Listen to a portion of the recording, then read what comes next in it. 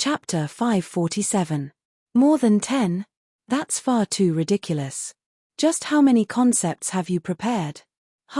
That's the foundational secret of every myth-ranked and even semigod. Did you really think that I'd tell you? Fine, I admit it.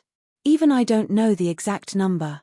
My companion's expression of "I've seen through you and keep making up stories" was rather unbearable, so I told him the truth. For others, the most important step is to find a concept that can be converted. However, I've accumulated more than 10 concepts over 4 lives. What I'm worried about is something else.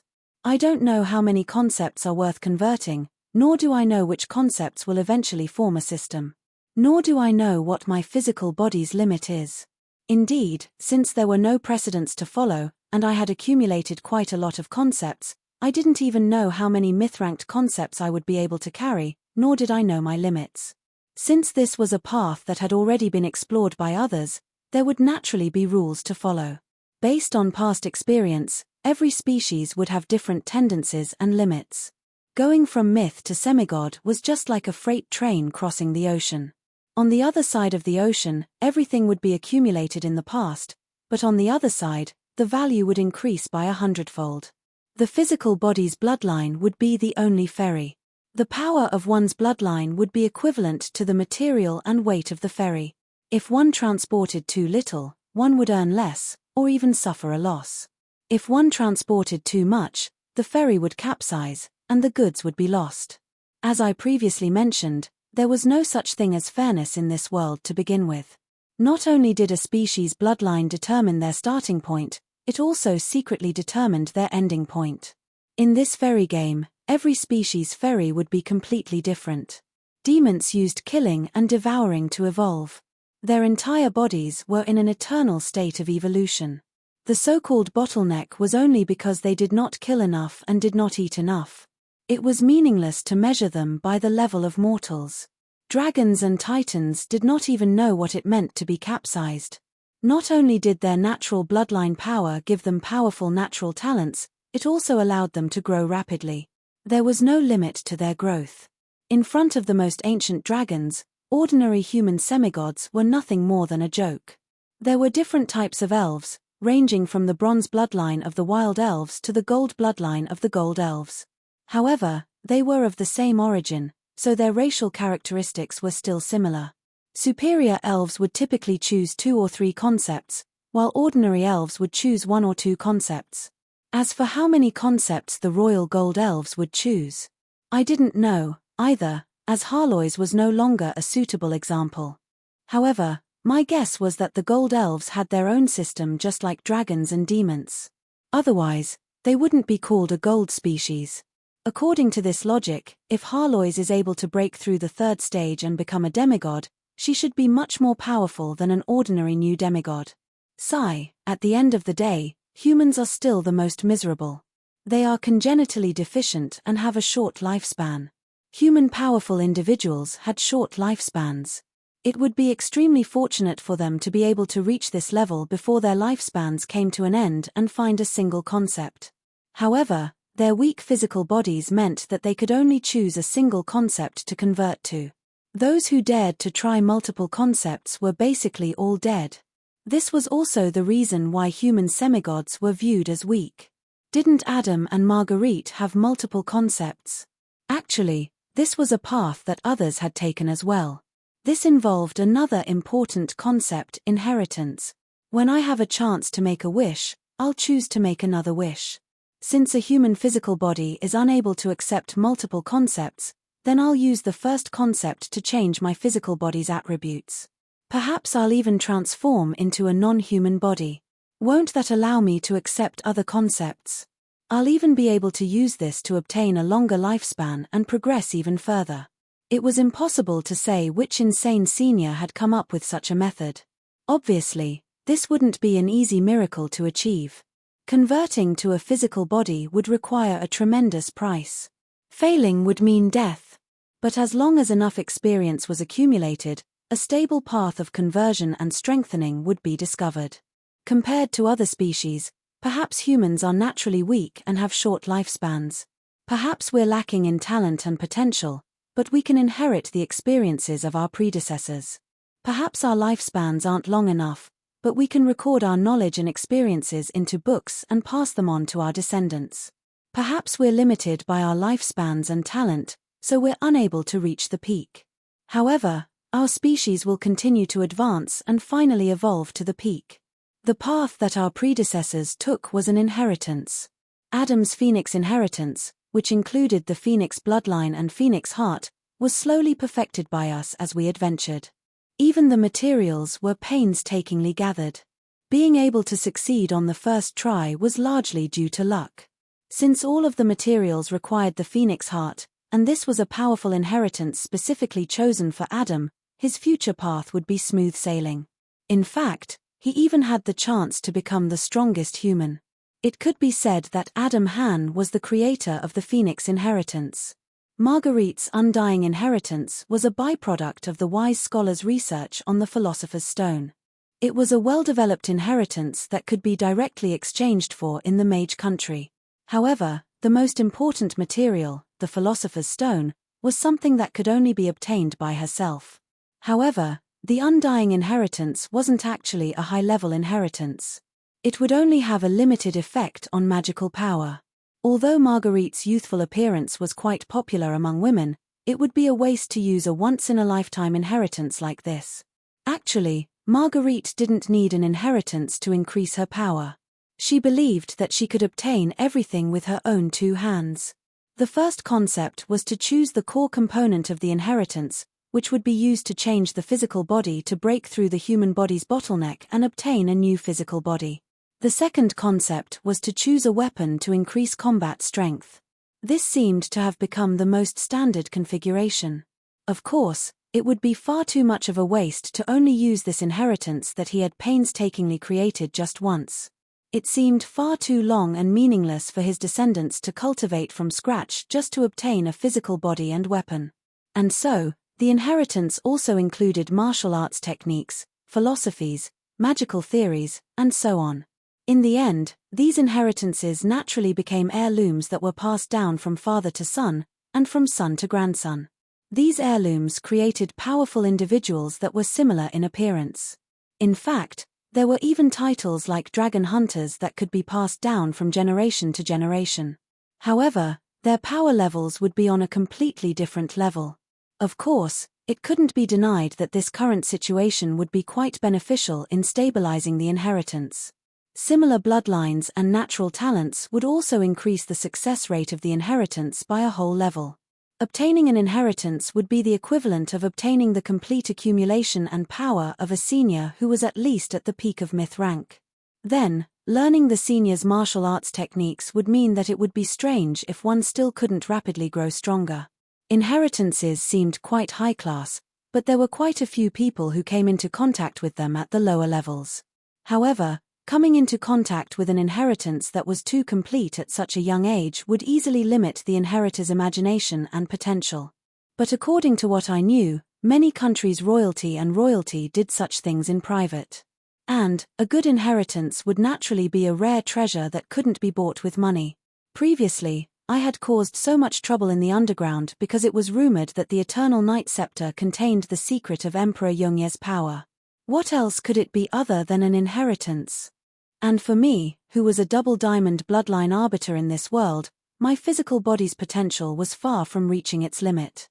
This was also the foundational reason why I was willing to pay any price to obtain a powerful physical body. I had already accumulated enough materials, and the foundation was solid. Now, it was almost time for me to create something miraculous. Perhaps in the future, there would also be an inheritance called the Legend of Roland. My physical body was already nearly indestructible and had limitless potential. There was no need for me to search for any inheritance. But, what I held in my hands was quite an important inheritance. Perhaps it could even be called one of the strongest inheritances in the world. But, this inheritance was both power and responsibility. I held the silver battle hammer and chanted the words of pure holy light. Holy light surrounded the hammer, illuminating the surroundings as if it was daytime and as if it was a bright lamp in the dark. Ethereal figures appeared all around me, either valiantly fighting against enemies or defending my home. This was the battle hammer's memory, the inheritance of countless holy knight. It was unable to change the limits of an ordinary person's body, but it could give the inheritor a will and spirit that surpassed that of an ordinary person. Not a single one of its previous masters had been coward. I had no reason to let this inheritance end in my hands. I was unable to forget the history it represented, and so, I picked it up. Let's start with this, the Light of Salvation, Hope Battle Hammer of the Light Envoy. Chapter 548. Renee had thought about it before. In fact, on the way here, she kept thinking about what she would say and do if she ever met Roland again.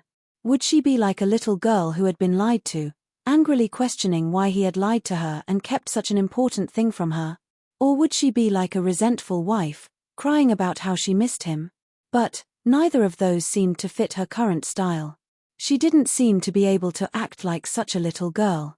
It had been 7 years since she became the ruler of a country. She had experienced countless difficulties and troubles within her own country, abroad, on the battlefield, and in diplomatic situations. Those that could be solved with military force were those that could only be helplessly bowed to. As the true ruler of the Northlands, Renee had probably experienced even more than Roland had in the past. The tomboy had grown up. Her short hair reached her waist. At a diplomatic ball, it was the perfect curl for extravagant formal attire. On the battlefield, her dancing ponytail became one of her symbols. She was experienced in diplomacy and mature in social etiquette. She was an outstanding general and leader on the battlefield. In the Mist Alliance and within her own country, she was a dignified ruler. Her aggressive diplomatic attitude combined with the confidence of a rising mega country actually helped the Mist Alliance become more and more influential internationally. Roland didn't choose the wrong person. He's always been much stronger than us in this area. Even Marguerite, who was picky and refused to admit defeat, had to admit that Renee was outstanding. Even though Anne was also doing quite well in the underground, she was still far inferior to Renee. Especially since Renee would always think of a way to run away whenever she was dealing with government affairs. She would always be in high spirits whenever she was dealing with military affairs or battles. She was obviously more suited to being a general than a politician. Renee was the most dazzling existence among the younger generation. The best rookie of the younger generation? No, the current Renee was already the most powerful and influential person in all of Ike. She was an existence equal to the emperors of other mega empires. The Night Princess of the past had already matured. She had no choice but to mature. Childhood. Young girls' feelings. How could the ruler of a country have a normal childhood and adolescence? Her every move was the will of the country, and her personal likes and dislikes could determine the life and death of an individual or even an entire race. Love and such were things that no one dared to imagine. Let's face it, 7 years had passed. Considering that the average age of marriage in the continent was less than 18, Renee had long passed her wedding date. However, as the most powerful and influential woman on the continent, Renee still had countless suitors. Every time a perfect man appeared on paper, even if Renee didn't do anything, the man's past misdeeds, hidden ambitions, and so on would automatically appear in front of Renee. TSK, TSK, TSK. Another scumbag who intends to conquer the world with his lower body. Perhaps it was due to Roland's excessive dislike of the dragon Autien. This name had a special meaning in this world due to Roland's nonsensical books. Her disgust of men and friendliness towards women formed a sharp contrast. Plus, with her past reputation, the Yuri princess had already evolved into the Yuri queen. That was why there were now many more beautiful women by Roland's side that he desired to conquer. In order to avoid trouble and misunderstandings, the Night Princess, who was becoming more and more accustomed to treating strangers with a stern expression, mysteriously became known as the Iron Queen. Even Renee herself felt that it was rather funny. Actually, it was just that the somewhat muddle-headed, somewhat sly, and somewhat childish Night Princess had been forced to take on the heavy responsibility of her country and her people by a certain irresponsible person. Responsibility and honor forced her to grow up. Everyone's expectations and trust forced her to grow up. Back then, the little girl's yearning for the Prince Charming who saved the damsel in distress, after the accumulation of time, had fermented into something unknown. If she had to describe it, perhaps even Rain herself couldn't figure it out. However, she was clear that whenever she thought of the man who suddenly abandoned her and her country, she couldn't help but feel angry. At the very least, you should have told me. Am I that untrustworthy? But today, when he finally saw that familiar figure walking down the stairs from the upper floor, the memories and impressions of the past that had been beautified and strengthened by time overlapped with that slopper-looking face. Many thoughts and feelings filled his chest. Wonderful, he hasn't changed at all. He's just a little more rash. Did he not eat? Wait a moment, that can't be right. When Renee discovered that she was more delighted than angry, she felt that something was wrong. When she saw that familiar pair of eyes sizing her up, even more chaotic thoughts surfaced. The Iron Queen's face mysteriously flushed red, as if she didn't dare to face that familiar gaze. However, Roland's gaze kept moving up and down her body several times, as if he was looking for any changes in her. Roland's gaze even lingered on her sensitive areas for a long time, which was truly rude. Renee was rather annoyed. Based on her increasingly violent temper, she should have kicked Roland long ago, but for some reason, she didn't know what to do. It was as if she was an elementary school student who hadn't finished her homework. Yet, for some reason, she was secretly delighted. Roland's voice hadn't changed, and his handsome face had become thinner but more mature. His gentle gaze was focused on her face, from Renee's perspective. His expression seemed to be hesitant and worried. Was he feeling guilty? I'll forgive you if you apologize. The female knight who had just been filled with anger instantly became a little girl who was sulking with her parents. She instantly forgot her determination to take revenge a few minutes ago. Meanwhile, Roland, who had been hesitating for a long time, finally spoke up. That person of yours. He's also on our side. Beautiful girl, you've developed quite well. You're much better than my bean sprout. Nice to meet you for the first time. Please take good care of me. Before Roland could even finish his first time meeting greeting, a familiar angry roar reached his ears. Heavenly punishment, heavy strike. In front of the enraged girl, time and space were nothing. As she waved her steel gauntlets, a pitch-black heavy punch suddenly descended from another dimension and flew directly at Roland. This brute strength came from a creature cursed by the gods. The frightening heavy punch shattered space itself. This unfilial child of the gods had now become Renee's power. The frightening speed and brute strength were impossible to dodge. However, the creator of this attack didn't have the time to be happy, because he was directly smashed into the ceiling and viciously embedded into it.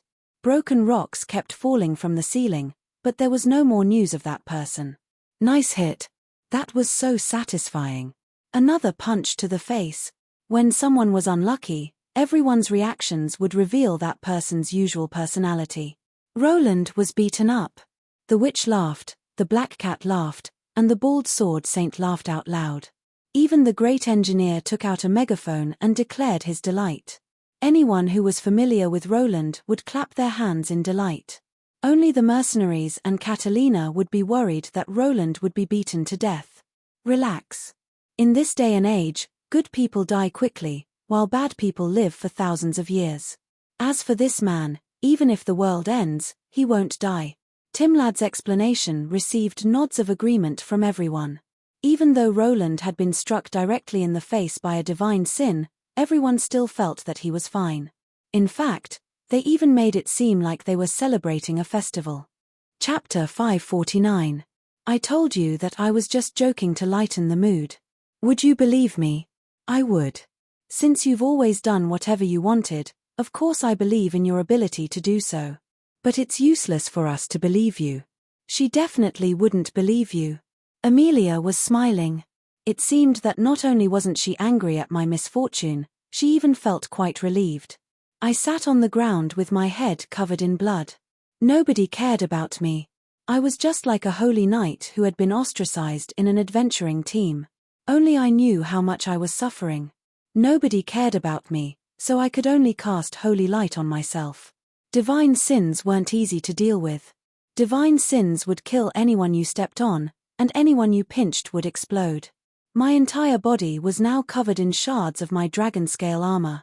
If it wasn't for the fact that I had summoned my armor in time to protect myself, that punch would have likely turned me into mincemeat. Just now, I had been proud of my armor's astonishing defense. I even believed that my armor was nearly invincible in the mortal plane. Since my armor's defense couldn't be broken through, it naturally meant that I was undefeatable. It wouldn't even be wrong to say that I was undefeatable. But my armor immediately shattered. Could it be that? Could it be that this is my retribution for shouting I'm already undefeatable? It would seem that some things shouldn't be said, no matter which world we're in. Astria, were you really so bored that you made that line into a weapon of causality? Seeing that even Astria couldn't be bothered to answer such a boring question, I decided to cut the crap and focus on healing myself. Rays of divine light of healing activated my body's healing abilities. It was quite comfortable, but the situation was far from good. It seemed that my hatred for me was rather high. In another corner of the room was Renee, who was still venting her anger on the soul creature Roland. This soul creature that looked somewhat similar to me was crouching down while covering its head with its hands while glaring at me with a hateful expression. Is this a new type of undead creature? Can I take a look at it? Even though my head was still bleeding, I was still rather curious. Even though this creature was being beaten up, why did it seem so familiar, so handsome? Cough, cough, why did it look so much like me? Did you pay a copyright fee to become so handsome after plastic surgery? It would have been fine if they had similar appearances, as I had seen quite a few shape-shifting demons before. However, it would be quite difficult for me to understand their familiar soul wavelengths. Although I knew a little about spiritual creatures, as I had heard that archmages in the mage country had done research on them, there had never been anyone who had reached such a level. I remembered that Archmage Andro of the Sword of Arcane Magic had a spiritual servant in his mage tower. His personal magic, Andro's invisible servant, could be used to summon helpers in battle, as well as to do odd jobs during normal times. Many people were envious of this magic. Unfortunately, this was his exclusive trump card, and he never revealed any information about this magic. If I could analyze this spiritual creature and get the silly cat to help me, I might be able to restore it to Roland's illegal summoning technique, no insurance, no salary. Wouldn't he be able to sell his patents and wait for his fortune? He wants to dissect me. Help. Save me. The scene in front of him was like a horror movie. He was rolling on the ground under the trampling of the silver boots, and his face was twisted with fear. His voice sounded so out of place that it begged for mercy. It was very, very refreshing. However, I was even more curious as to why he would come to such a conclusion. Did I really look like a mad scientist? I was a good person with a bottom line. Dissect him. Do I look like such an immoral person? Every intelligent life form has the right to live. Although I'm indeed quite interested in spiritual creatures, I'll respect his right to live. I tried to explain myself, but it seemed that nobody believed me. You do. Bottom line? Morals? Do you have any? Heh, you're so funny. But today isn't the Lie Festival, so let's not tell a joke that nobody can laugh at. What was even worse was that, judging from the opinions of the people around me, not a single person actually believed my explanation. This was simply heartbreaking. Had my credibility been ruined just like that? Intelligent life forms have life, and right to live. But this guy doesn't seem to be a life form, does he? In that case, what you just said was nonsense, wasn't it? Although you tried to explain yourself, you didn't promise not to dissect him. You're as shameless as ever. I respected the right to live, but you weren't a life form, so let me dissect you. That was the true meaning of nonsense. TSK, I was actually seen through. Still, since you were able to see through my tricks, scammers would always be the best at seeing through scammers' tricks. Harlois, you're just the same as me, aren't you? I didn't try to explain myself, because my magical pet, who was connected to my heart and soul, had revealed everything. No one would believe me if I continued to explain myself. I simply suddenly reached out and grabbed the talkative black cat on my shoulder, and then kicked it, causing this magical pet who had betrayed its master to go play somewhere else. Hey, look at my wound. I'm clearly the victim here, So why is everyone looking at me as the bad guy? If I was an ordinary person, I would have been instantly beaten to death. You deserve it. Why didn't you get beaten to death? You bastard, you're actually pretending to be dead. Why don't you really die? Renee shouted angrily the moment she opened her mouth. Her tone was filled with quite a bit of anger and resentment, as well as some sadness. I fell silent for quite a while. Based on my many years of experience, I knew that it would be best not to try and reason with an angry woman. Women like her had the ability to turn any problem into an emotional problem, and turn any situation into one where you wronged her or treated her badly. Hey, I'm not pretending to be dead. You can just kill me one more time, and I'll really be dead. How would I know that you'll cry? That's right, cry. Harlois from the Northlands saw that I was lying down and pretending to be dead, and that she didn't even need to examine me before she directly cried. Even now, her eyes were still red and swollen, which meant that Renee was still too inexperienced. If it was Marguerite or Adam, they would definitely examine the corpse. Yep, Eliza would as well. Renee, he's mentally saying that you're too inexperienced, falling for his trap so easily, and that Eliza doesn't understand him as well. Alright then, Harlois proudly said that everything she said was the truth, but definitely not the whole truth. She was quite quick at learning my tricks. Was this really my fate? I instantly tossed out my flying cat and then made a defensive stance. That punch just now had really made me vomit blood. If another divine sin smite hit landed on me, I really might die. But this time, Renee didn't listen to Harlois's nonsense. She hesitated for a moment, and then decided to vent her anger on a substitute. But just as I started to cast holy light on myself in boredom, I faintly heard a whisper that sounded like a mosquito whispering. You really didn't recognize me? Or did you completely forget about me? I suddenly felt like I had wronged Renee quite a bit as I watched Harlois kick her clone to vent her anger while listening to my reply. Considering that it was highly likely that the silly cat would betray me even if I lied, I hesitated for a moment before telling her the truth. Of course I recognized you when I saw your battle flag, but you already attacked. Still, Renee, you've truly grown up. You've changed so much that I didn't recognize you at first glance. The tomboy from back then has suddenly become a young lady. Perhaps I had guessed correctly for once. I could finally heave a sigh of relief as Renee, who was unable to hide anything from me, suddenly cleared up. Actually, what really made me misjudge her was the tremendous difference in power level between us. Renee's improvement in power level astonished me greatly. If we only looked at her power level, she was now even stronger than me. No wonder she was able to control divine sins. TSK, as expected, the silly cat still needed to be taught a lesson. She didn't even try to hide her regret that I managed to escape.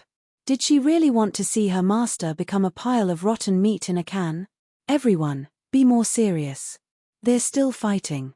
However, my reminder didn't receive any acknowledgement from the others. They all had relaxed expressions, as if victory had already been decided. The reason why we were so relaxed now was naturally because the overall situation had already been decided.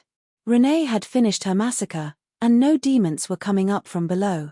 The demons seemed to be afraid of her, as they directly blew up all the tunnels leading up.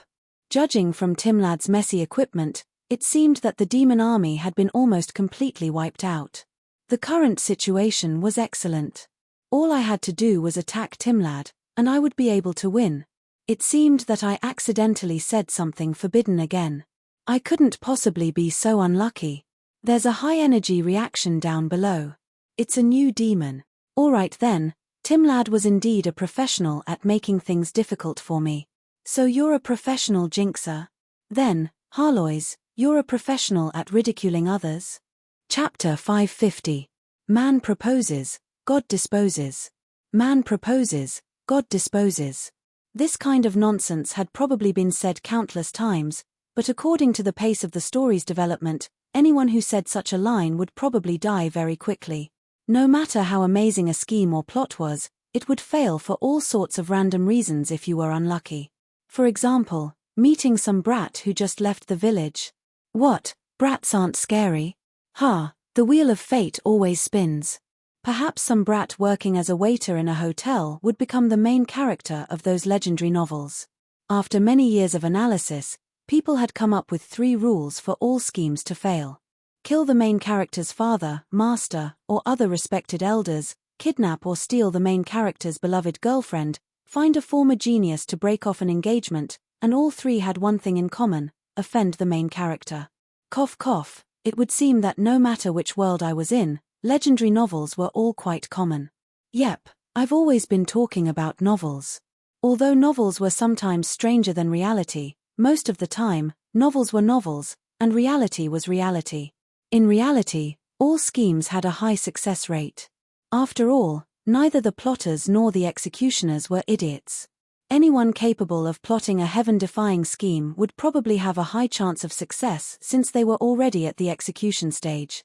In order to ascend to the throne, a certain Marquis family waited for the royal family for 100 years, assassinated 4 potential royal members, and finally succeeded in ascending to the throne. Yep, I'm talking about the current San Antonio. Their crown didn't come from the right place at all. Did the major nobles in San Antonio not know how this crown came about? Did the previous royal family not take precautions? Actually, the royal family had long since known that Marquis Mister was ambitious. They even knew how the other princes had died in accidents. However, back then, the Mister family had military power and the loyalty of 1/3 of the major nobles, so they could only watch helplessly as they slowly walked towards destruction. It was common to hear about a brat who saved a princess in distress and finally revived the royal family to become the ruler of a country, but never seen it in action. However, in those stories, the ugly and old villains would finally succeed in defeating their superiors, and then marry a princess of the previous generation and have several children with her. There were countless examples of such villains who took over the throne. There was no other reason other than the fact that the conspirators were usually very powerful. Their ambitions often stemmed from their corresponding influence and strength. The nobles were much more powerful than the royalty, so they naturally had the ambition to replace the royalty. There were very few nobles who still followed the original alliance and remained loyal. As a result, those conspiracies quickly became overt conspiracies. Today's rebels would become the new crowned king of the past tomorrow. The current civil war in the Salar Dukedom was an example, but it was not an isolated case. In the past few years, there had been so many rebellions, assassinations, and civil wars that they could no longer make the headlines. Even though a few super empires were still trying their best to restrain themselves, the smaller the country, the more chaotic it was. Simply using the Holy War as an explanation for the constant civil wars and rebellions would be far too naive. Judging from the fairies and the Mist Alliance's information, there were many signs that other species and factions had interfered. A certain major noble would suddenly obtain a powerful god equipment, a certain domain lord would suddenly have several powerful archmages from another species under his command, a certain dukedom would suddenly have several beastman tribes join their side, a certain tactician would suddenly appear and greatly expand the military strength of a certain warlord. All of these strange news stories were quite common in the past few years.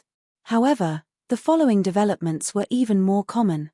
It was either a domain lord who had increased his power due to the will of the heavens starting to rebel, or a ruler who felt threatened and started to clean up his own faction. The Vultures of War expansion pack from the game's history had appeared before us in a different form: internal strife and noble civil wars. For the vast majority of countries, civil wars in neighboring countries during this period of time were the most annoying. If you didn't do anything about it, it would spread to you. If you did, you would immediately be accused of interfering with the internal affairs of others and invading others. Of course, some ambitious kings and dukes actually treated this as a great opportunity. And so, the flames of war kept burning, and the civil wars became international wars. According to what I knew, several mega-empires, including Bardi, Shiluor, and San Antonio, had all secretly profited quite a bit over the past few years. However, this was the internal affairs of other countries, and outsiders were completely unable to interfere. This would be a calamity for a small country, but would it be a small matter for a major country? No, no matter who it was, this would be a mega problem. Wars that could only be won and never lost would expand a major country's territory. Not only would the royalty status become more stable, but it would also benefit the domestic market, major nobles, and military. The major countries' citizens would desire even more wars, and the citizens' desires would force the king and nobles to start even more wars. This would be the greatest problem of all. If this was a scheme of the Chaos faction, then I had to admit that it was done quite beautifully. A few powerful individuals in the wild, a group of non-human natives, a few evil cultists, a good weapon, some new technology, and a few bags of gold. As long as they were used well, it would be possible to cause a country to fall into internal strife with little effort. This would be using up the entire mortal plane's strength. The Salar dukedom was the most obvious example of this. Internal strife between domain lords wasn't a change in power level. No matter who won in the end, the country's overall power level would be greatly reduced, and its population would be greatly reduced. There would be no such thing as a true victor. From an overall and long-term perspective, everyone would lose. Limiting the scale of internal strife. If a war really broke out, it wouldn't be so easy to stop. Not only that, it would be quite difficult to stop such actions. Ambitious individuals were quite common, and it all depended on whether or not they had enough power to support them. Were we supposed to inspect the domain lords' advisors and subordinates one by one? Were we supposed to stop the domain lords from working hard to increase their own power level? Considering the fact that the current feudal nobles had complete autonomy, this was something that even their own country's royalty wouldn't be able to accomplish. This wasn't the demons' style, as they would immediately start fighting. Instead, they were more like devils that specialized in disgusting people. It wouldn't be possible to see any results in a short period of time, but as time dragged on, it would actually weaken the entire human species.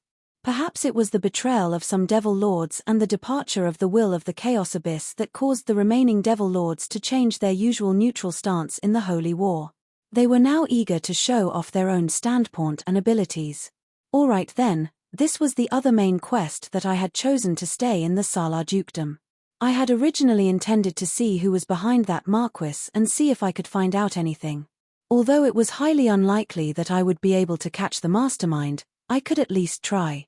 At the very least, I needed to know that it was those bastards from the lower planes who were causing trouble. TSK, my plans were all messed up, and I actually met with such a situation. Am I really the legendary death god? Whenever I go, something happens. Why am I so unlucky? The one who should be complaining about being unlucky is that Sky Tower spirit. He almost succeeded in becoming the undead tower spirit. If it wasn't for you, his 100 years of planning would have been for nothing. From this angle, the creator of the Sky Tower spirit could be considered an incredible schemer. He had started planning several hundred years ago and patiently waited until the Holy War began before taking action. He had used adventurers to take away the most important chess pieces, and then started the undead war to kill the most important chess pieces, thus obtaining the independence of the entire species. But from the moment that an accident occurred, the Undead Emperor and Sky Tower spirit scheme was destined to fail.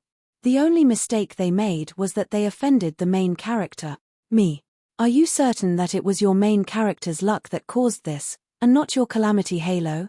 Those reinforcements seem to have all been sent here to capture you. I was rendered speechless.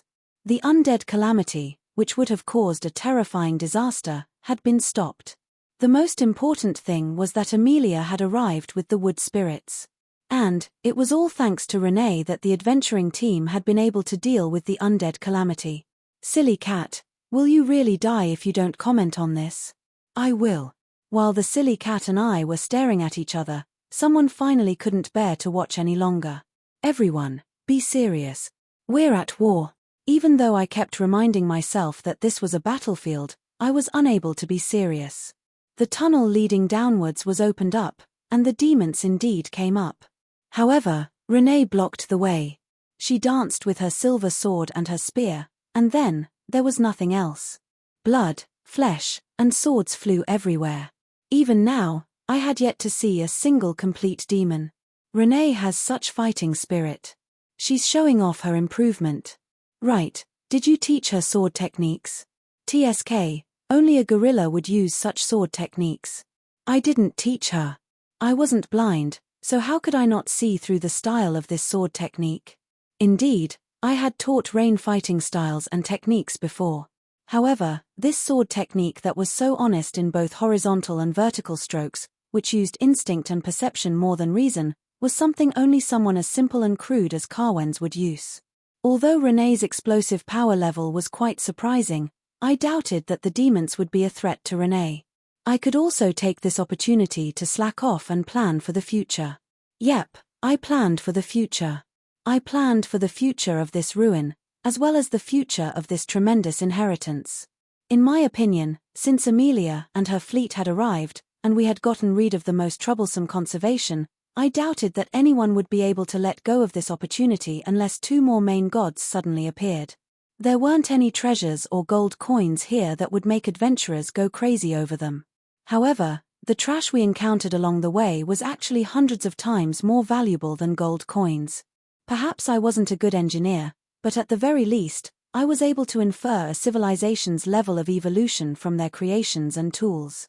Autonomous machines, artificial souls, all sorts of machine designs and structures that I'd never seen before, half machine and half undead creations, and spiritual creatures that were capable of mimicking other people's soul wavelengths. This was far more than all of the Hallet Dam generation's excavations combined. It could be called a mega harvest. Just this special dimension that allowed us to communicate with other dimensions would be incredibly valuable to the Chaos faction. Naturally, it would be valuable to us as well. If this information was leaked, it would definitely cause an even more intense civil war in the Salar Dukedom. Perhaps some major country would find an excuse to invade the Salar Dukedom. If we didn't think of a good method to deal with this, it would be too late by the time news spread. Perhaps it would be safer to keep this door open and have this ruin always remain in a state of war. While I was still hesitating over all these ridiculous ideas, the true owner of this ruin, Catalina, walked up to me as if she wanted to say something. Chapter 551. No matter which world it was in, the police, military, and other violent organizations would always arrive late. This wasn't just because of the storyline. It was because receiving information, reporting to the police, understanding the situation, and gathering their forces would all require a large amount of time. A well-organized organization, excellent training, and advanced equipment would be able to shorten this emergency response time, but it would be impossible to completely eliminate it. It could be said that the time it took for the police to arrive was a direct reflection of the overall strength of the organization. For the residents of Starwood City, the arrival of the kingdom's reinforcements, which they had been waiting for so long, was a good thing. At the very least, this meant that Starwood City was now safe. But when the reinforcements actually arrived, even the most good-tempered person would be filled with anger. After all, the battle had already ended for half a month, and the reinforcements had only just arrived. The reinforcements had even fought a battle on the way here, and more than 50% of the reinforcements had died. When the reinforcements arrived, they were all exhausted and injured. Their ranks were filled with stretchers and injured soldiers. Rather than calling them reinforcements, it would be more accurate to call them disaster victims waiting to be rescued. This was truly unacceptable. Get the hell out of here. Are you here to rescue us or to kill each other? Even Marquis Stanley is far stronger than all of you. Bloodspear Selima is protecting us, and what did your domain lord do? He colluded with the undead and murdered the royal prince. Everyone is in danger. The residents of Starwood City had such a strange welcome method that Count Debaran, who was leading the group, was furious. In fact, he even privately considered hanging a few mercenaries and civilians for saying such arrogant things. Those filthy commoners, if it wasn't for the fact that we were here to rescue you, we wouldn't have fallen for those traitors' ambush. You actually dare to talk back to me? Prince Roland's murder was still right in front of him. If he didn't handle it well, it would be a major problem. Debaran even considered using the excuse of hunting down the murderer to vent his anger. After all, according to usual practice, there would always be many more people buried with the royal family when they were murdered. But unfortunately, he couldn't do that this time. Not only were there human guards on the city walls, there were also short elves patrolling the city walls. Gigantic magical flowers and ancient war trees covered the entire city walls. The wood spirits were now in control of the entire city. If it was only the wood spirits on the outskirts, it wouldn't have been a big deal. However, the airships in the sky gave everyone an invisible pressure. If there were any lucky survivors, the ancient war trees that covered the sky at the center of the city explained everything. The Forest of Dreams sky trees. What are they planning to do? Sky-reaching wood was an extension of the wood spirit's mother tree. Only when constructing a wood spirit town would such a precious tree be planted. The wood spirits could use this tree to receive support from the Forest of Dreams. Regenerating wood spirits also had many wondrous uses that outsiders didn't know about. As the wood spirits became more and more famous, the sky-reaching tree, which had obtained tremendous results in the battle against the undead, was not only viewed as a powerful weapon of war, but the area where the sky-reaching tree was located was also viewed as the wood spirit's sphere of influence. The wood spirits weren't too far away from the Salar dukedom, so of course Debaran knew what this giant tree represented. The shabby city in front of him had already turned into a fortress city. Furthermore, it was a fortress built by another country or another race. Invasion?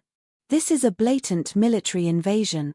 If he was a pure soldier, he would have drawn his sword to protect the country by now. However, he was trusted by the royal family to deal with such a big matter. He was more of a politician than a soldier. Why did they do it? Could it be that the rumors about the treasure are true? But even though he had so many thoughts and guesses, there was nothing he could do. At most, he could report his guesses to the Archduke. However, the royal family behind him would probably be unable to do anything either. This was the tragedy of a small country, especially a small country that was in the midst of a civil war or a world war. When the original order was shattered by war, the law of the jungle became so obvious and cruel. If the wood spirits really wanted to take a piece of land here, what else could they do apart from denouncing the wood spirits, who were in the midst of a civil war? Would the royal army, which was currently in the midst of a civil war, start a war against the wood spirits, who were strong enough to rival undead emperors? You're overthinking things. We have no interest in such a shabby city. Our peace-loving species won't actively invade. We've actually established a base here for another reason. A sudden voice interrupted Debaran's thoughts. However, this calming voice didn't make him feel at ease. Instead, he was terrified that his thoughts had been seen through. A short, black-haired wood spirit had appeared in front of him. Her small figure was extremely similar to that of a young elf. Debaran had seen such a young elf slave at a banquet hosted by a major noble from another country. That elf slave would be worth an astronomical amount of money to purchase this shabby little city. However, the wood spirit before him seemed incredibly weak, as if he could easily subdue her. Debaran didn't dare to do anything shady. After all, the average combat strength of the wood spirits was far above that of humans and ordinary elves. This seemingly young little girl definitely wouldn't be any weaker than a silver-ranked warrior.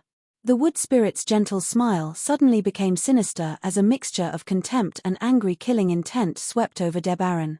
Could it be that you're also a despicable slaver? Or, what do you intend to do to me? Debaran didn't know how the wood spirit before him had seen through his dark thoughts, but he was truly frightened and hurriedly denied it. No, thank you for your support. I was just thinking about how to report this to the Archduke. Amidst the chaos, the black-haired wood spirit had completed her main mission. She gave an explanation for her species' actions in constructing a fortress, stating that the wood spirits didn't intend to invade, but that the situation was rather special. A dimensional door leading to the lower planes has appeared in the ruins. Large numbers of demons are pouring out, and the dimensional door is out of control. Damn it, doesn't that mean that this place will be conquered by the demons sooner or later? This wasn't good news at all. Debaran was already regretting volunteering to earn military merits. If the demon army suddenly appeared before him, what could his half-crippled army possibly do? Right now, he was already considering whether or not he should find an excuse to escape. However, he hadn't accomplished anything at all and had suffered heavy losses. Returning with his tail between his legs would be no different from dying in battle. Perhaps he would even get honor points and noble points if he died in battle. However, the wood spirit named Mu Yen shook her head. She didn't make the most difficult request for Debaran to make to have his army station here to protect her citizens. Out of control means that both sides have lost control of the dimensional door in this area.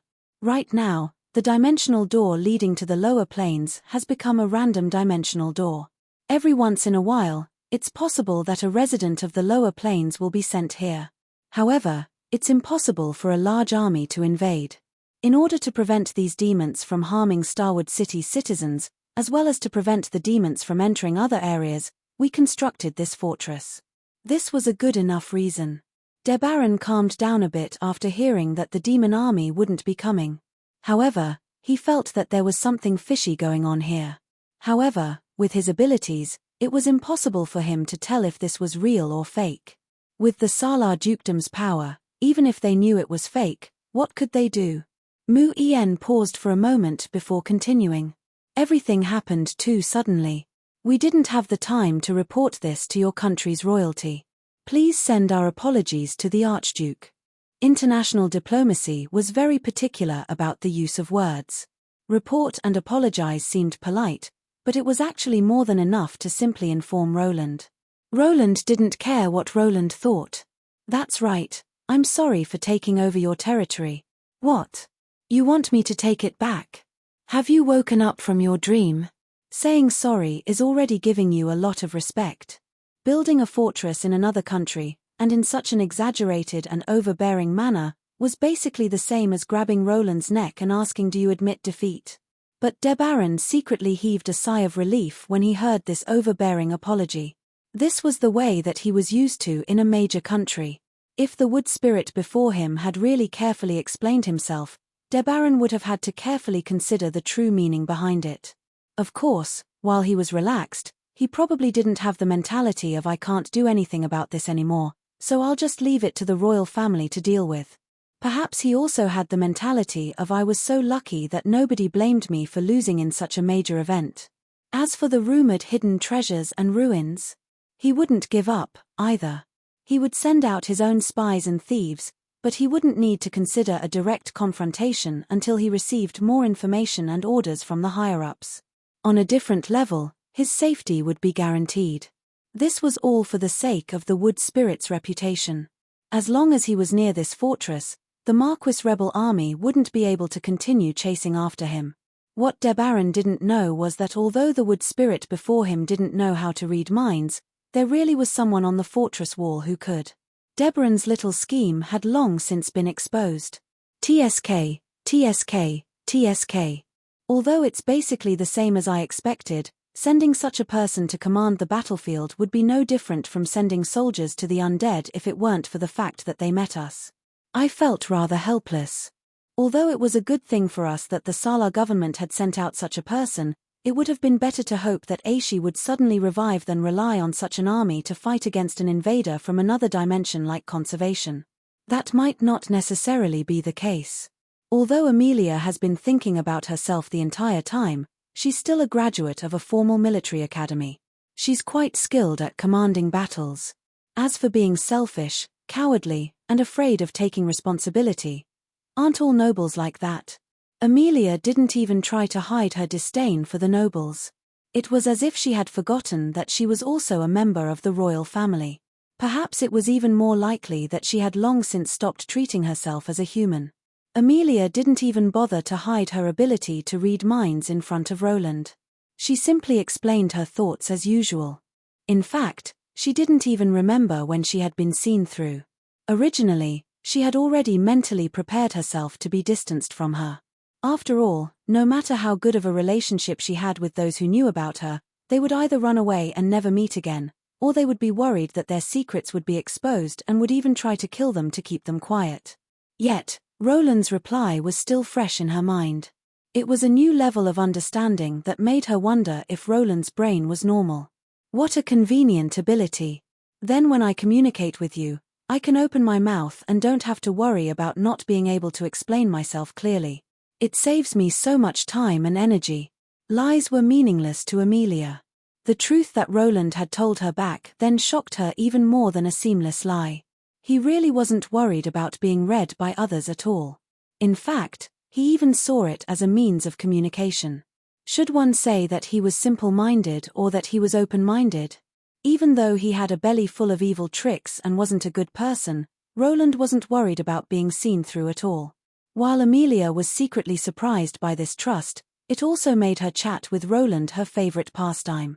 This feeling of being trusted and being able to say whatever I want is probably something I can only experience when I'm with him. And this time, while Roland was still full of evil tricks and plotting how to set up a trap for others, Amelia unhesitatingly became his accomplice. When will our real reinforcements arrive? Soon. Based on the distance, as long as he doesn't get lost, he should arrive in 3 days. In that case, should we make preparations? No, he's quite fast on foot, but he'll be lucky if he can arrive in 10 days. It'll be normal for him to arrive in around 2 months. And that's if he's too insistent on leading the way himself and listening to others. He's able to find us in 2 months. We're half a continent away from each other, so he doesn't have a terrible sense of direction. Phut, I get it. Amelia covered her mouth and chuckled. She had already seen Roland's epic journey across the continent in his instant memories. Looking at it from this angle, Captain Rollo really didn't have it easy back then.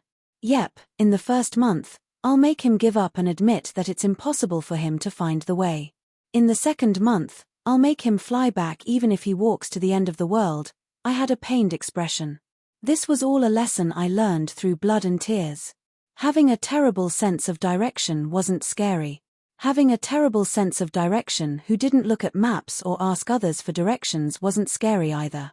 Having a terrible sense of direction who firmly believed that he was the best pathfinder in the world would truly make others feel helpless. Chapter 552. Even though most countries in the world were embroiled in war, the news of the undead calamity's defeat, or more accurately, the undead emperor's descent and defeat, still shocked the entire world. Fine, not that much, as this was only a small country's matter. Still, the Salar Dukedom and its neighboring countries were quite shocked. When most people heard that an undead emperor had descended and been defeated, their first reaction definitely wouldn't be good job or who did it. Instead, it would be what a joke, someone lied about military intelligence and his achievements, or a small group of undead falsely claimed to be an undead calamity and an undead emperor. That's not the way to make heroes and grind for glory. Undead emperors were incredibly troublesome. They were so troublesome that every time they appeared, they would be recorded in the history books. Not a single country or true god would have the confidence to face an undead emperor by themselves. For a small country, a dukedom whose name was so difficult to find on a map, to be able to defeat an undead emperor by itself was something that most people found ridiculous. Before their spies could collect all the information, the fairies had already published a detailed report of this small-scale yet extremely intense battle. The things mentioned in the report made all the countries and churches wary. The wood spirits have moved out. That Empress Harlois has personally led the royal fleet into battle. It really is an undead emperor. Forbidden spells have destroyed an entire mountain range. The mage towers have detected at least 2 energy explosions at the level of a super forbidden spell. Legends say that there are ruins from the Hallet Dam generation here, but they seem to be under the wood spirits' control. The surrounding airspace is now under the control of the wood spirits' royal fleet. Nobody can sneak in. God's descent. Is that person still capable of using God's descent?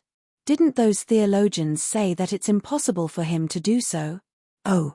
So it's the God of justice and discipline. It would seem that his reputation will greatly increase if he performs a divine miracle and saves the people. Link is dead. It's the work of one of his Night Lords. Who is that? Oh, the Prince of the Salar Dukedom? Who sent me such trash information?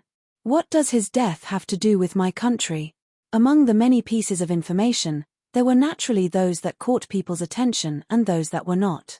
The prince's assassination that had caused a huge uproar in the Salar Duchy was treated as trash information. Among the many trivial pieces of information, the one that caught people's attention the most was still a few simple words. Roland has returned. He defeated Undead Emperor Conservation. It was just a name that suddenly appeared for less than 2 years, but suddenly disappeared from the eyes of the world for as long as 7 years. This name caused a great uproar. Undying, unpredictable, and the second greatest trouble from the Northlands. This was a name that no one would trust or be with him. Yet, Everyone would take him seriously. There were no secrets in this world that would last forever. Top secrets of the past would only become topics of conversation among ordinary people 10 or even 100 years later. My past identity meant that I would never be able to obtain the trust and friendliness of strangers, but I would be able to obtain everyone's attention. This time, he had suddenly appeared, and even used his victory over an undead emperor and her army to express his stance. Not only did he make his stance clear, which made everyone heave a sigh of relief, but he also proved that he was still as powerful as ever. Even those existences who had other thoughts would have to re-evaluate their own strength. Right now, the person who caused such a huge commotion was still leisurely waiting in Starwood City. Orange alert. A certain existence whose name cannot be spoken has given birth to the great stone sculptor's second child.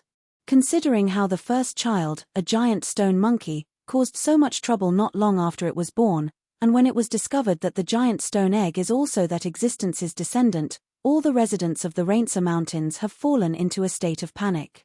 There's already a wave of refugees. What the hell is this? I helplessly put down the fairy's monthly magazine in my hand. What was all this nonsense? I didn't understand anything at all. Was I already behind the times? Stop pretending. Your former subordinate is currently the greatest trouble from the Northlands. Do you really think that others won't know about your relationship with him just because you pretend you don't understand? Did you teach him? I was rendered speechless. When I had just returned, my intelligence organization had sent me the latest reports on the situation in Ike as well as the most important individuals. Yet, they had given me an entire room full of cases and wanted posters. This was already unprecedented in history. Cough, he actually ended up together with Ainslow and even had 2 children. Should I make up for it by giving him a wedding gift and a child's birth? I did my best to change the topic, but Amelia suddenly chuckled coldly. This is the stone mother Ainslow's second child, but I wonder how many hundreds of children Beifeng has. Even a stone can't stop him. The monster creator and mother of all beasts definitely has a chance of reaching the top 5 of the calamity rankings. I should probably castrate such a disgusting creature the next time I meet him. It's useless. I heard that Beifeng's concept is reproduction. His strengthened myth-ranked weapon is his third leg. He's the greatest shame of all powerful individuals. He can probably grow another leg even if he's castrated. Let's find another dimension and seal him away. It seemed that Harlois and Amelia were quite dissatisfied with Beifeng's playboy style. They were actually seriously discussing how to get rid of a scourge for the people. As they discussed, they would occasionally glance at me from the corner of their eyes. Hearing the keywords playboy, castration, and so on, I felt a strange chill run down my spine. Cough, let's talk about proper business. About the revivers, let's not waste time on such a boring thing. Right, Teacher Harlois, I have the newest plant-based skincare product here. It's the new Enchanted Rose fragrance. Would you like to try it? Do you have one specifically for slimes? I like the ones that are especially oily. At least it's quite comfortable. Why don't you try it? I intended to change the topic of conversation that had long since gone off topic. However, my 2 female brethren turned around and expressed that they weren't interested at all. Theoretically speaking, Amelia should be the one with the most power here. But, seeing how she was so excited about chatting with Harlois and recommending skincare products to cats, although I felt that recommending a cat deodorant or flea killer would be more practical, I felt that I shouldn't say such things out loud and ruin their fun. I'm not interested. You can do whatever you want. This silence was also a form of attitude. Fine then, I admit that I was intentionally being optimistic. It was truly incomprehensible. From that day onwards, Harlois and Amelia's relationship suddenly improved greatly. Originally, they were just master and disciple who were using each other. Now, they seemed more like good sisters. But, they always had fake smiles on their faces, and they always spoke in a friendly manner. Why did I feel a chill down my spine even though I was trying so hard to disguise myself as a background? Reviver, I should focus my attention on a new race, the Revivers, a brand new race and term. At that time, Catalina encountered the mechanical souls that rebelled against the Founder's rule. They actually existed, but as heretics, they were imprisoned in prison. When Catalina ascended the throne, they were all released. Yes, ascending to the throne. Although it was a little exaggerated, the bartender girl from back then was indeed the leader of a clan. Although her clan members were a little fewer, and her territory was a little smaller. The wood spirits would also toss Starwood City over to them once they matured a bit more. But even then, Starwood City's territory wouldn't even be as large as a count's territory. At this point, it was quite clear. The reason why we stayed here and allowed the wood spirits to forcefully invade Ike was precisely because we wanted to allow the new species to rise up. The new species were even more pitiful. Some of the new souls that rebelled against the founder were reconstructed by the founder, while others were tossed into prison to fend for themselves. Less than 100 of them were still able to move normally. As for the racist mechanical souls left behind by the founder, they all agreed with the founder's policy of racial cleansing. Who would dare to keep them around? If the revivers wanted to expand their population without sacrificing the souls of the hibernating undead, they would have to try to awaken the hibernating undead. Timlad was currently helping her with this, and he seemed to have found a way to do so. What? I forgot that the founder was the final boss this time. Well, there wasn't much to say. He was nothing more than a tragedy. At this point, we formed a team to fight against the boss. Amelia would lead the team, I would provide cover, Renee would be the vanguard, and Harlois would cheer us on. Even a semigod would be instantly defeated, not to mention a mage tower spirit that had been forced into a corner. The battle could be summarized as follows. The founder summoned a demon army. Renee killed off the demon army.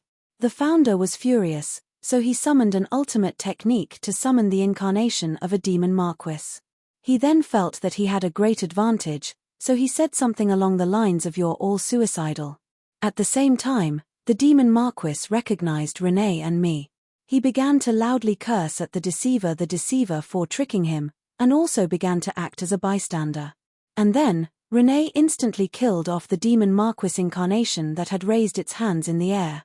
We happily sent him back to the Chaos Abyss, along with our friendly greetings of visiting his home. And then, Renee conveniently killed off the founder. Yep, the boss was conveniently killed off as well. As a pure researcher, he had 0 combat strength to speak of. While this seemed like a happy ending, the trouble had only just begun. We were now faced with a mega mess. And as the person involved and the owner of this base, Catalina, had gotten herself involved in this mess. The very first words that Catalina said to me indicated that she was a qualified leader.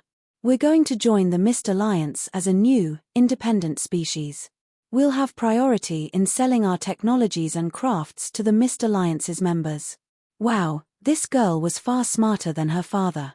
She knew that she was a piece of juicy meat, and without sufficient protection, she would soon be devoured by a pack of wolves. So, she immediately found a shameless and famous person to protect her.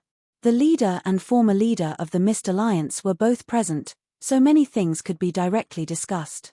The Mist Alliance naturally wouldn't refuse such a tempting piece of juicy meat, which was why a new member appeared in the Mist Alliance. Currently, there were only several hundred revivers in the Mist Alliance. The wood spirits were quite friendly with each other. At the very least, before this new species could stand up, the airship fleet wouldn't retreat. Recently, the number of spies and scouts sent back to the Mist Alliance was in the triple digits. As for the dimensional door to the lower planes that was no longer under our control, it wasn't entirely a lie. However, we had kept it for other uses. As for the demons that randomly fell out of the dimensional crack, yep, those unlucky demons that fell out of the dimensional crack, if they didn't die on the spot, the wood spirits would be able to exercise a little. As I waited for the wood spirits, I also practiced my techniques in preparation for the upcoming battle. Chapter 553. The Black Tower was a pitch-black tower. This was the nickname that the Halletdam Society had given this sky tower. It probably meant that they hoped that it would be able to hide from the gods and preserve the seeds of their civilization. And now, it was the only city of the revivers, and it was gradually being developed. From a certain standpoint, the battle against the Halletdam Society's forbidden spell had done some good things. After the surrounding mountains were flattened, It would be convenient for the revivers to construct a new city. After clearing out the rubble, a line was drawn on the plains, and a row of wooden houses was built in the central area, a wall was erected, and a group of residents moved in. A new city had been constructed. The first 10 levels of the Black Tower had also been constructed and opened to the public. Several hundred of the Mist Alliance's greatest engineers were about to arrive. In this simple city, they would use this new knowledge as quickly as possible to improve the Mist Alliance's magical engineering technology. There was technology, a market, and a labor force. Perhaps this place would become the Mist Alliance's new industrial technology base in just a few years. As for whether or not the Mist Alliance would become even stronger because of this, it would only be a pleasant surprise for me since I was already half retired.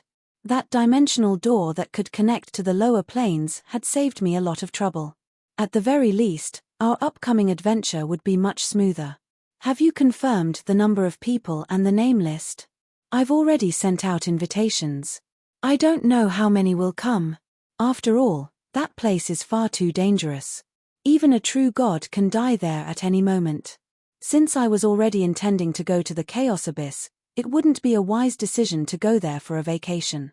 Considering my rather bad reputation and my past experience of hunting demon lords in groups, it was quite possible that I would be hunted down by demon lords the moment I entered the Chaos Abyss. Although I had already prepared disguises and information, it was still possible that I would have to run for my life the moment I entered.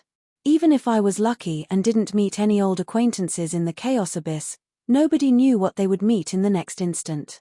Power was the only way to survive. Perhaps Saint ranks would be quite amazing in the mortal plane, but they wouldn't even be worth mentioning in the Chaos Abyss, which was filled with demons.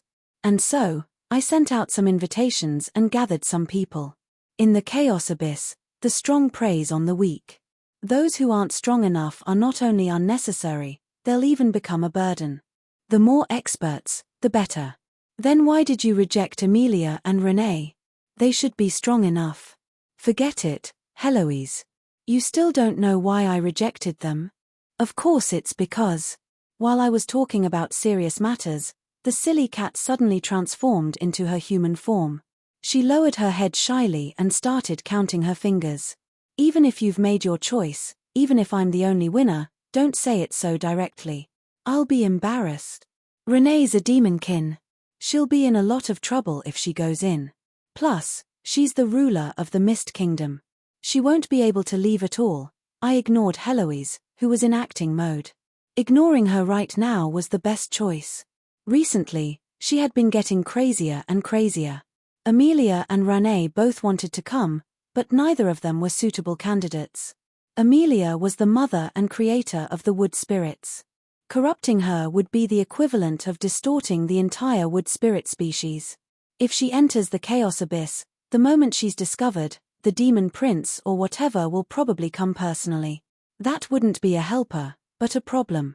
Although the Chaos Abyss had almost no restrictions on the upper limits of one's power, and it wasn't difficult for the true gods to descend upon the Chaos Abyss, unless they wanted to commit suicide, the Order gods wouldn't use their true bodies to enter the Chaos Abyss. There was once a true god who was foolish enough to personally descend into the Chaos Abyss, and then a series of events happened.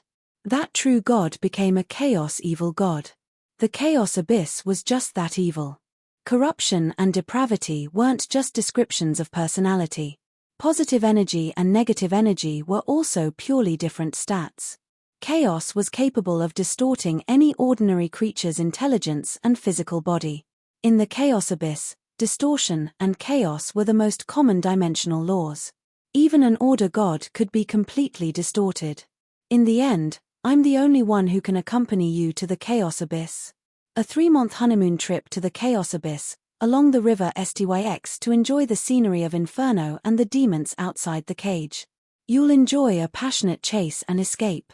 Your interests are truly strange. Adam and Marguerite will be going as well. What are you thinking? 2 married couples traveling together? I was rendered speechless.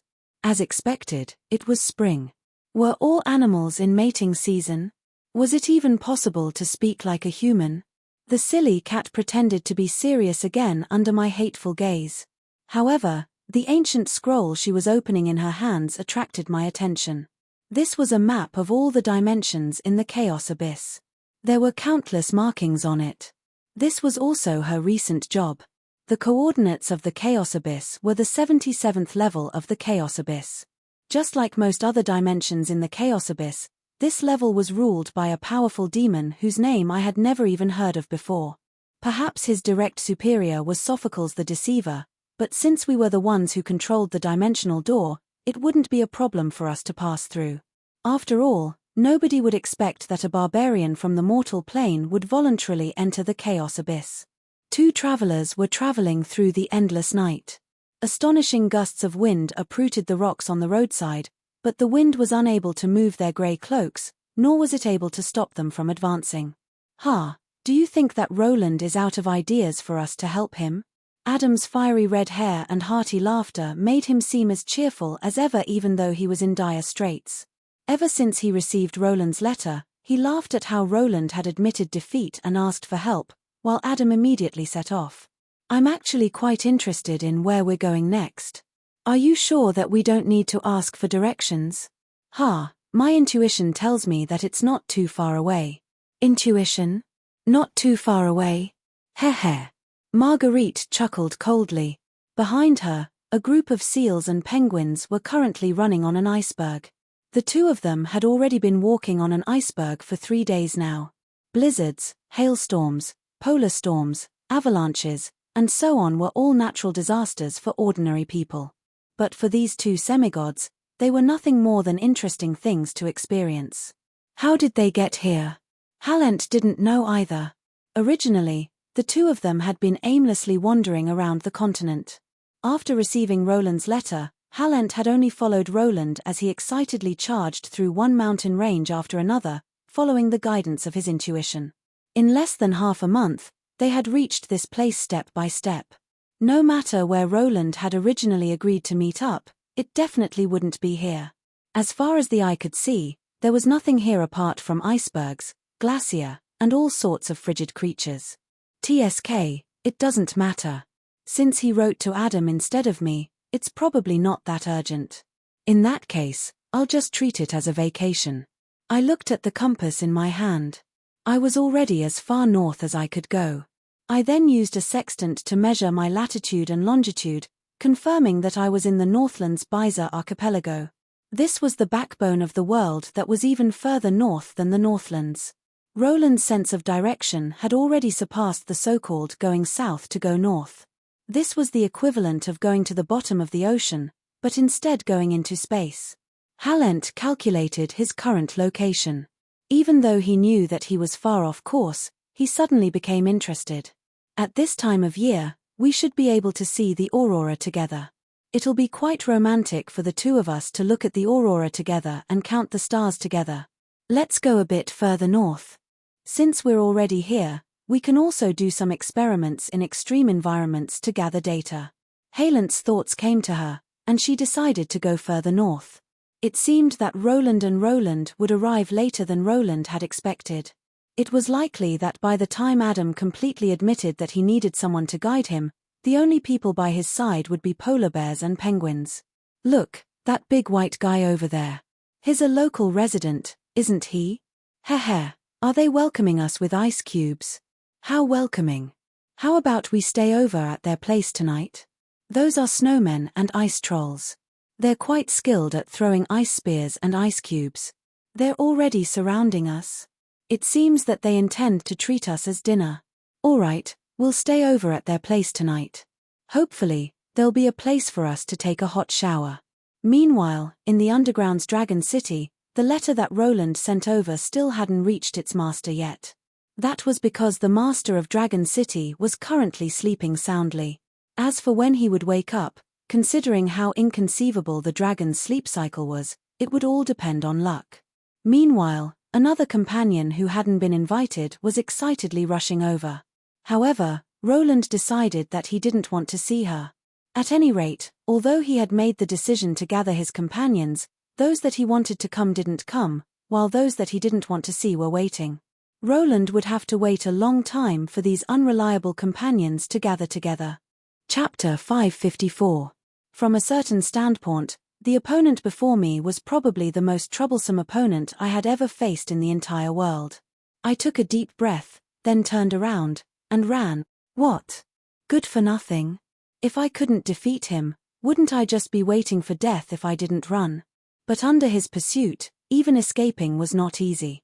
What brushed past the nape of his neck was a whistling sharp sword chi. What followed the angry roar was a solid killing intent and a storm of sword chi. His black greatsword didn't have any magic power on it, but its pure brute force was enough to tear through the sturdiest of tower shields.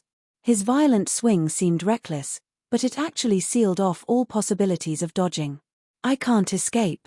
My veteran instincts instantly came to this conclusion. The next instant, I turned around and swung my sword. Asterisk clang. Asterisk my ice sword and black greatsword clashed against each other. As I was sent flying backwards, I was delighted to see Amelia's greatsword shatter into pieces. The difference in the quality of our weapons seemed to have given me the goddess of victory's favor. Ha, is it fun to chase after me? Eat me. I swallowed my presumptuous words halfway through my sentence. My horn for counterattack had just been blown when it suddenly stopped. In front of me, two black greatswords, one beheading, and the other chopping off a leg, both chased after me. I could only lower my head and roll around, but a broken sword suddenly appeared in front of me. The broken sword's blade stabbed straight into my left eye, yet the owner of the broken sword had a calm expression. Stop. Amelia's angry command was instantly accepted by the management system. The three spiritual creatures instantly stopped, and I could finally take a breather. As expected, is 2 Kalas my current limit? 3 Kalas is too dangerous. I should train at 2 Kalas instead. There were 3 identical spiritual creatures in front of me. Perhaps their faces were identical to mine, but nobody would be able to mistake us for each other. Even though they had identical facial features, Amelia's eyes were filled with ambition and vitality, as if she was constantly burning with fighting spirit. As for me, I suddenly understood why Cavendish had been so popular back in the day. Silly cat, what's in my eyes? Eye wax. You forgot to wash your face today. TSK, as expected, I couldn't rely on this stupid cat, so I looked towards Amelia. Although you look the same, your younger brother seems much more spirited and upright than you. Even if she didn't mention it, I knew how to evaluate him in the past. My father always said, Roland, you're still sleeping. But when it came to Cavendish, it was, which family's daughter did you hook up with again? That's right, the spirit creature before me was a duplicate of Carwen's. The so-called 2 cards and 3 cards referred to how many copies of Carwen's they would be able to deal with. It was a pleasant surprise that I could create a training field that could create a spirit clone. It was incredibly troublesome to find someone to practice swordsmanship on in this map. But now, I only needed to press a few buttons and provide some energy to find someone to practice swordsmanship on. This was a wonderful thing. As for why I was using Cavendish, it would be better than if I were using Kalas I could. There was a limit to the equipment. At the very least, that copy of Roland's swordsmanship was only half as good as mine. The more familiar someone was, the more similar their swordsmanship would be. Still, it seemed that the imitation would only be about 70 to 80% of Roland's swordsmanship. However, the imitation style was quite similar, which was quite suitable for training. I had experimented with all the Sword Saint duplicates in my memories. Most Sword Saints, including Adam, I'm too familiar with him, weren't difficult to deal with. That was because most of their swordsmanship was based on their unique abilities. It would be enough for them to reach the Sword Saint standard of being able to release sword energy. If one only looked at their swordsmanship, they wouldn't be strong at all. The Chaos War God's clone was quite strong, but the clone was far too large and unsuitable. In the end, no matter how many times I tried, I still ended up using that bastard's clone. The experience that Cavendish swordsmanship clone had obtained mainly came from the 2 previous wars, the War of the Northlands and the War of the Hades. He hadn't fought many times, but he was able to copy most of his swordsmanship. In a way, I actually lacked experience fighting against him. His swordsmanship style also astonished me. Even though you're brothers, isn't your swordsmanship styles completely different? Didn't you both learn from the same teacher? Indeed, it just so happened that both of us had been taught by the same teacher. Both of us had been taught by the Mist Kingdom's royal sword saint. Our foundational swordsmanship was our foundational swordsmanship, and then we added our my style to our long battles. Both of us were the same. If I wanted to find out the root of our differences, it would probably be due to our different understandings of swordsmanship. For me, swordsmanship was foundationally no different from other physical techniques. It was simply a technique for using the body. It was a pure technique. Perhaps it could be improved into philosophy, but in the end, it was still a technique for killing people. This was also what most sword saints understood. That was why when they obtained an undying body and special abilities, they would often create a set of swordsmanship techniques that would allow them to utilize their special abilities, becoming a different kind of magical swordsman. It was precisely because of this understanding that I used swordsmanship most of the time.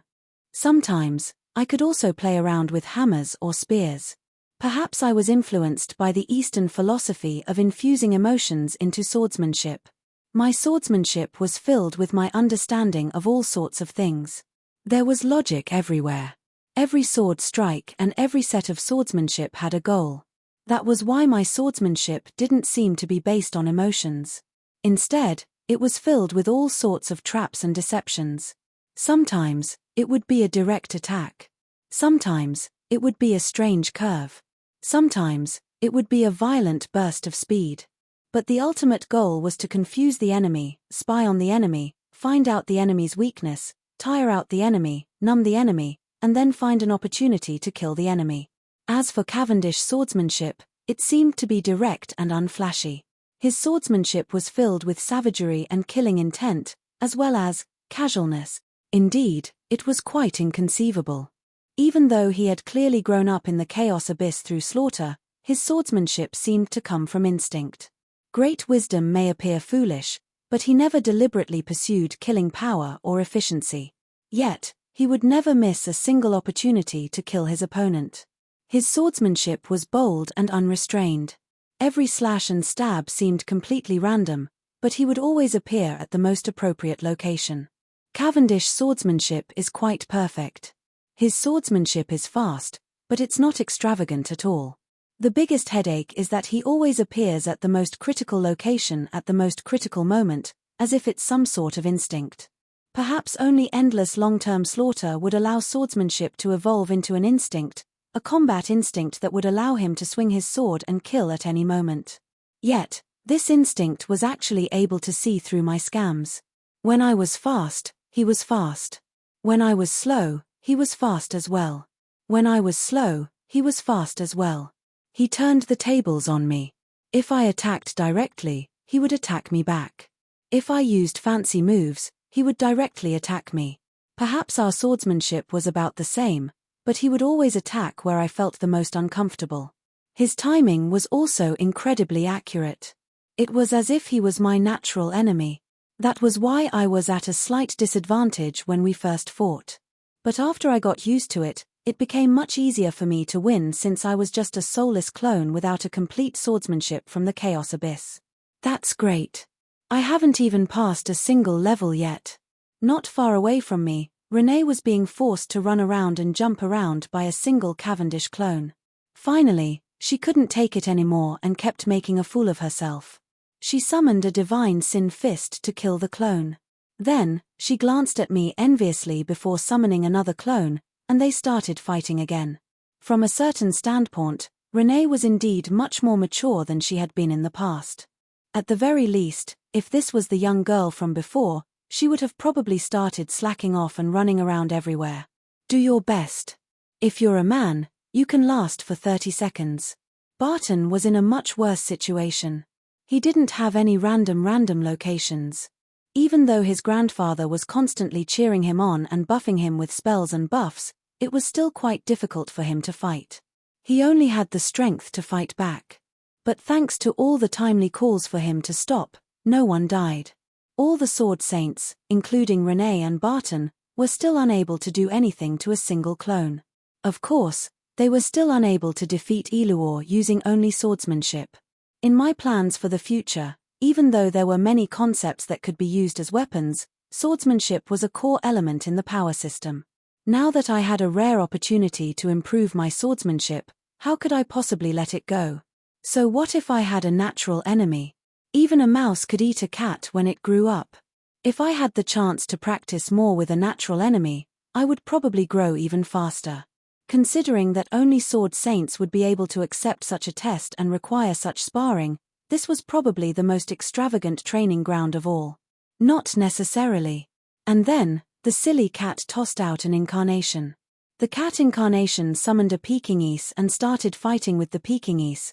It was actually possible to play like this. Perhaps in the memories of the slime cat incarnation, Pekingese were the natural enemy. Will you die if you don't make fun of me? I won't. Then can you tell me that you've been training day and night without rest for the sake of improving your swordsmanship, and not to deal with that clone's main body? I was rendered speechless. Perhaps even if I didn't say anything, everyone would know that the most dangerous person in this trip to the Chaos Abyss was my useless younger brother. Relax, I'm confident. Confident that you can win, or confident that you can escape. I glared at her. As expected, word games were no longer effective against her. However, she couldn't always make fun of me and affect everyone's morale, right? I'm confident that I can run faster than you when escaping. Chapter 555. What a rotten swamp. My fur's all moldy. Can't you find a better place to open the door? I pretended not to hear the silly cat's complaints, but I was in an equally bad mood. My boots were filled with dirty water, and my entire body was drenched. Ever since we entered this dimension, this stinky rainwater never seemed to stop. Apart from feeling disgusted, I also felt nauseous. Just a while ago, we had been walking in a hot and humid forest. But when we came back to our senses, we found ourselves in a swamp filled with death. Traveling through the death swamp of the Chaos Abyss was an incredible test of one's experience and judgment. And these damned black frog demons and snake demons. Can't they just take a break? Are they even giving me a chance to rest? I casually grabbed a tongue that suddenly shot out of the water and tore it apart. The croaking black frog demon was torn apart, and then I conveniently kicked the corpse back into the swamp. I hadn't been able to take 2 steady steps on the way here. If this was a slightly more civilized level, any creature with intelligence level 3 or higher wouldn't be so foolish as to come here to die after you proved your strength through slaughter and fresh blood. And for these swamp magical creatures that thought with their own bodies, it was already a type of luck to be able to find prey in this hot and humid rainforest. Their instincts of hunger and their warlike nature after demonization would drive them to attack everything before them. In this swamp forest, the most dangerous part wasn't that the prey was difficult to deal with. It was that the prey were all experts at survival. They could camouflage, dive, hide in the mud, set traps, and so on. There were countless tricks up their sleeves. There were all sorts of strange-looking creatures in the treetops and swamp.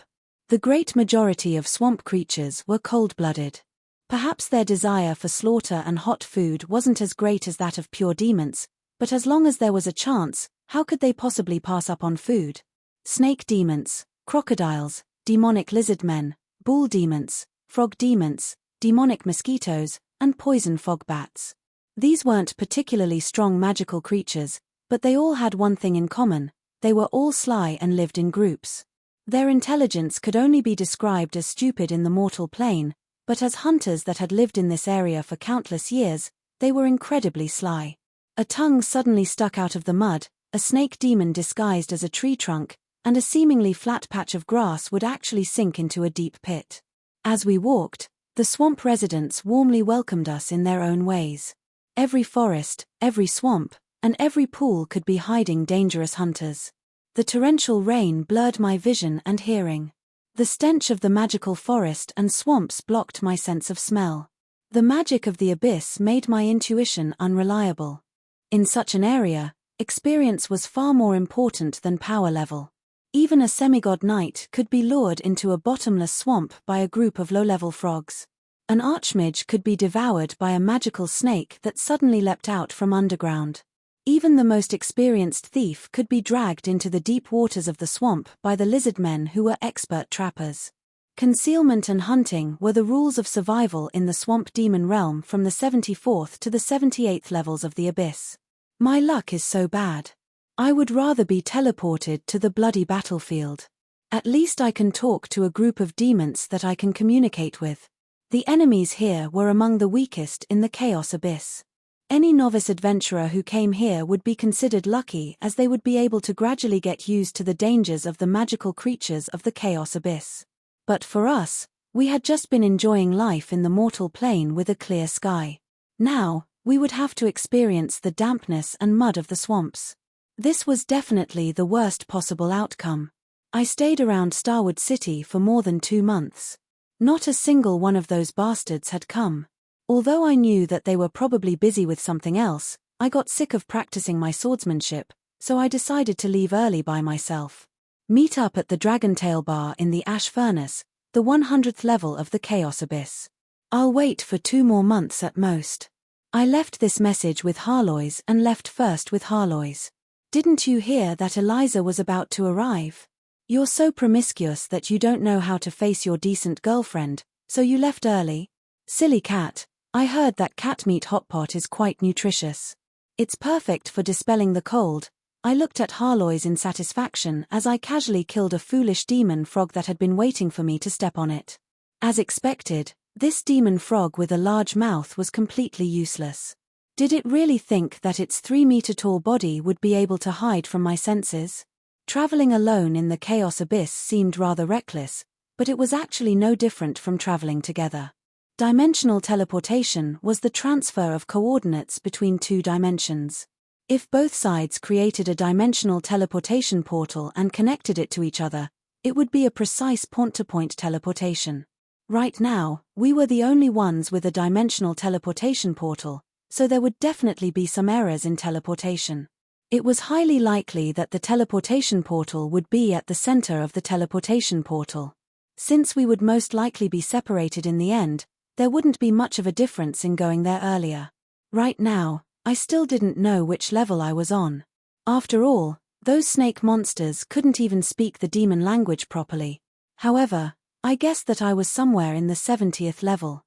Back when I contacted Sophocles the Deceiver, I was on the other side of a swamp. If I'm lucky, I'll be able to leave this damned swamp after going down 1 level. If I'm unlucky, I'll have to go down at least 4 levels. That means I'll have to spend at least a month in a mortal swamp. The Chaos Abyss wasn't exactly the same. In fact, it could be said that every level of the Chaos Abyss was similar to a level in a tower. It was more accurate to say that it was an independent dimension. If one investigated the origins of the Chaos Abyss, it was likely that the Chaos Abyss truly was a fragment of another world that had been demonized into the Chaos Abyss. The Chaos Abyss was known to be bottomless. Actually, it was impossible to say just how many levels there were in the Chaos Abyss. However, there were definitely 700 or 800 levels. The great majority of demons lived in the first 600 levels. The lower one went, the more broken and dangerous the dimensional passages would become. Dimensional cracks would also appear everywhere. Nobody would be willing to go to a place of certain death for no reason. The map of the Chaos Abyss and the dimensional levels would also change. An unstable dimensional passage might become stable, or a dimension might suddenly vanish. The most commonly accepted theory was that the will of the Chaos Abyss would create new Chaos Abyss every day. New Chaos Abyss planes would be born every once in a while. The will of the Chaos Abyss viewed these planes as worthless, and they would be tossed into the endless void along with their residents. Without the guidance of the Chaos Abyss, it would be nearly impossible to find someone in the Chaos Abyss. As long as I was careful and kept a low profile, I doubted that the Chaos Abyss Lords would be able to find me in a short period of time. Let's find a place to rest. The silly cat split into more than 10 clones and transformed into swifts that went off in various directions. I also retracted my aura of ice. Along the way, I maintained the lowest level aura of ice. Perhaps this wouldn't be able to kill those annoying demons, but it would allow me to know where they were. The side effect was that I wouldn't be able to erase the traces of ice that I left behind in the Chaos Abyss for a short period of time. It was possible that I would be tracked down, and it was also possible that I would attract the attention of other powerful demons. That was because I wasn't a professional legend-ranked thief. I wouldn't dare to enter the Chaos Abyss without being a legend-ranked thief. This price in exchange for not being ambushed was completely worth it. TSK, there's a black dragon nest less than 3 kilometers in front of you. It would seem that those lizard men ambushers that suddenly appeared today didn't die for nothing. At the very least, they almost successfully lured you into a trap. Ha, you've become quite famous in this area, lizard men harvester. I felt rather helpless. Most of the residents here didn't have their own written language or language. The lizard men and snake demons could be considered to be more intelligent. At the very least, they knew how to build houses and villages. And so, I often went to find them to take shelter from the rain, ask for directions, and borrow houses and beds to sleep in. Perhaps it was because there was a problem with communicating with them, or perhaps they wanted to taste fresh meat from the mortal plane. I clearly told them in the demon language that I would pay them, but in the end, they probably ended up. I probably accidentally went overboard. They were the ones who came up with the lizard men harvester as well. That was such a weak nickname. There's a lizard men village about 10 kilometers to the left. Today's assassins probably came from there. Should we go ask them for directions? As expected of the silly cat. She had already grasped my thoughts. But today, we had a better choice. That dragon nest that's supposed to be a trap is closer. Yep. A dragon nest is much more luxurious than a lizard men village. It'll be more comfortable to sleep in, and there'll be treasures to take. Let's rob that place tonight. No, how could we possibly rob someone? I just want to ask for directions. At the very least, a highly intelligent dragon should know which level of the Chaos Abyss we're in, as well as where the passageway to the next level is. And then rob someone along the way. No, even if it's an evil black dragon, we won't rob it. We're just asking for directions and staying there for the night. Then, it'll attack you, and you'll defend yourself and kill it. It'll be best if you don't end up robbing it. Why go through so much trouble? Do you know how cats die? Harlois, you know too much. Chapter 556. Dragons weren't a species unique to the mortal plane. As one of the most ancient species, they had branches all over the multiverse. Since the dragons in the mortal plane had begun to distance themselves from humans, it was much easier to meet dragons when traveling in other planes. Encounters with dragons in epic stories would often be related to one another. In the end, the main character would usually obtain many benefits, such as god equipment, dragon slayer's glory, dragon blood baptism, the beginning of an epic quest, and so on. In fact, since night stories would always meet dragons and obtain many benefits by stepping on them, the main character would be given the title of Dragon God, which gave rise to a series of stories about dragons. For solo adventurers, meeting these large lizards on their travels would doubtlessly be a misfortune. Silver dragons, gold dragons, and other metal dragons would be fine. As long as you didn't have a terrible reputation, they would probably only play tricks on you. For example, if you met a silver dragon or gold dragon and gave them a seemingly glorious quest, only to find out that you only received glory after you worked so hard to complete the quest. You didn't receive a single copper coin as payment. The righteous dragons are giving puny humans missions because they respect you. You still want payment. If you met a bronze dragon or copper dragon, you'd better pray that you had enough jokes and stories to satisfy the copper dragon's endless curiosity, or that you had enough skill points in maze and adventure so that you wouldn't die to the dragon's fatal pranks. If meeting a metal dragon was bad luck, then meeting a red dragon, black dragon, blue dragon, or any other color dragon would be bad luck. These color dragons didn't have as many tricks as the metal dragons when dealing with visitors to their territory. They would always do the same thing, ambush. Valuable captives would be treated as slaves and servants, while worthless captives would be treated as food. If the captives didn't taste good, they would be fed to their subordinates. Their luggage would be considered spoils of war, and their treasures would be collectibles. None of the captives would be wasted. Harkers was a mature black dragon more than 200 years old. He was also the ruler of this swampy area. When the lizard men slaves reported to him that a newcomer had arrived in his territory, and that this newcomer had earned the title of Lizardman Harvester by killing lizard men, Harkers was rather displeased.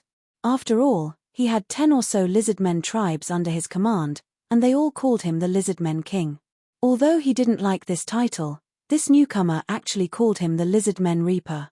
Wasn't this a public slap in the face? The reason why it had so many lizard men under its command wasn't because it had a preference for lizard men that looked similar to each other. Instead, in the dark swamp on the 75th level of the abyss, the lizard men were considered to be existences that could communicate with each other. Originally, Harkers should have personally gone out and let this newcomer witness his domain lord's boldness, but it was raining so heavily outside that he really didn't want to go out. Yep, it definitely wasn't because Harkers was worried that he would fail miserably and wanted to use the lizard men to test his power level. Thus, it sent its subordinates to lure that fellow to its doorstep. Then, it used the most intelligent of the dragons, the Black Dragon clan's specialty, an ambush, to take care of that fellow. It had to be said that those foolish lizard men had done an excellent job this time. Not only did they find out that Harkers was a swordsman, a pure swordsman who had only recently reached the saint rank. Even in a direct confrontation, Harkers would have had a great chance of winning. However, the cautious Lizardmen King still chose to use the Black Dragon's traditional ambush tactics. Noble Black Dragons are different from other foolish dragons. We use our brains. We can easily win, so why fight head-on? Obviously, this was prejudice. Color dragons all loved ambushes. Red dragons, who were skilled at flying, were masters of aerial combat and ambushes. They would suddenly descend from the clouds without any warning, giving even the mega empires headaches. If it was a desert, then the blue dragon would be hiding in the hot sand. Thunderstorms, sandstorms, and storms would suddenly rise from beneath their feet, causing even the most cautious warrior to panic for a moment. Meanwhile, the high-speed blue dragon would never miss an opportunity to strike. Black dragons were creatures of the swamp. Apart from being skilled at ambushing in the wild, they were also quite skilled at ambushing in the swamp. Black dragons would lie in ambush in the swamp. Black dragons' natural talent allowed them to breathe underwater like a fish. The stench of the swamp actually covered up the black dragon's odor of rotting flesh. Black dragons' natural talents of decaying water and controlling mud were even more perfect for black dragons' disguises. We black dragons are the true kings of the swamps. When that guy arrives, have the lizard men attack first. Once he's distracted, I'll suddenly rush out and kill him with a single dragon breath. If he manages to dodge, use stone to mud to transform the dry swamp and drag him into the water. Dragons were sly and cautious. Their combat techniques were passed down from generation to generation. Dragons that combined magic and martial arts were more like wild beasts. Their bloodline's combat techniques made them natural-born hunters. Dragons were more suited to hunting by themselves in the wild. Dragons that fought in groups would actually have their sharpest claws and teeth cut off, greatly reducing their combat strength. Currently, Harkers was lying in ambush underwater. He did his best to recall the delicious human meat he had eaten last time. When he thought about the human meat he was about to eat, Harkers almost drooled. Had it been 20 or 50 years since he last met a human? I'm getting closer, I'm getting closer. Harker's footsteps reverberated. Even though he was underwater and his devolved eyes were unable to see anything above the water, his sensitive hearing allowed him to lock onto his target like a radar. He stopped. Just as Harkers was about to enter the ambush, that human suddenly stopped when he was only 20 meters above Harker's head. No, not only did he stop, he even sat down and seemed to be saying something to the cat on his shoulder. Black Dragon Harkers floated upwards slightly as he used up a large amount of magic to enhance his hearing. Finally, he was able to hear clearly. Shatilda, look, what did I discover? There's a lone black dragon here. That's a cautious type of dragon. Let's circle around him from behind. Harkers was shocked to learn that he had been exposed. He suddenly exerted his strength underwater in an attempt to turn an ambush into a direct attack. But halfway through, right when his neck popped out of the water, he discovered that he was no longer able to move. Ice! Ice began to condense on the surface of the swamp. The swamp, which had been filled with mud, completely transformed into ice and frozen earth. This ice was surprisingly sturdy. Harkers rushed out of the dragon's head as his body was frozen underwater. The entire swamp had been transformed into frozen earth. Harkers, who was trapped in the swamp, wasn't a white dragon that could control ice and snow. He was tightly bound and unable to move at all. Black dragons contain many types of vitamins and a high amount of calories.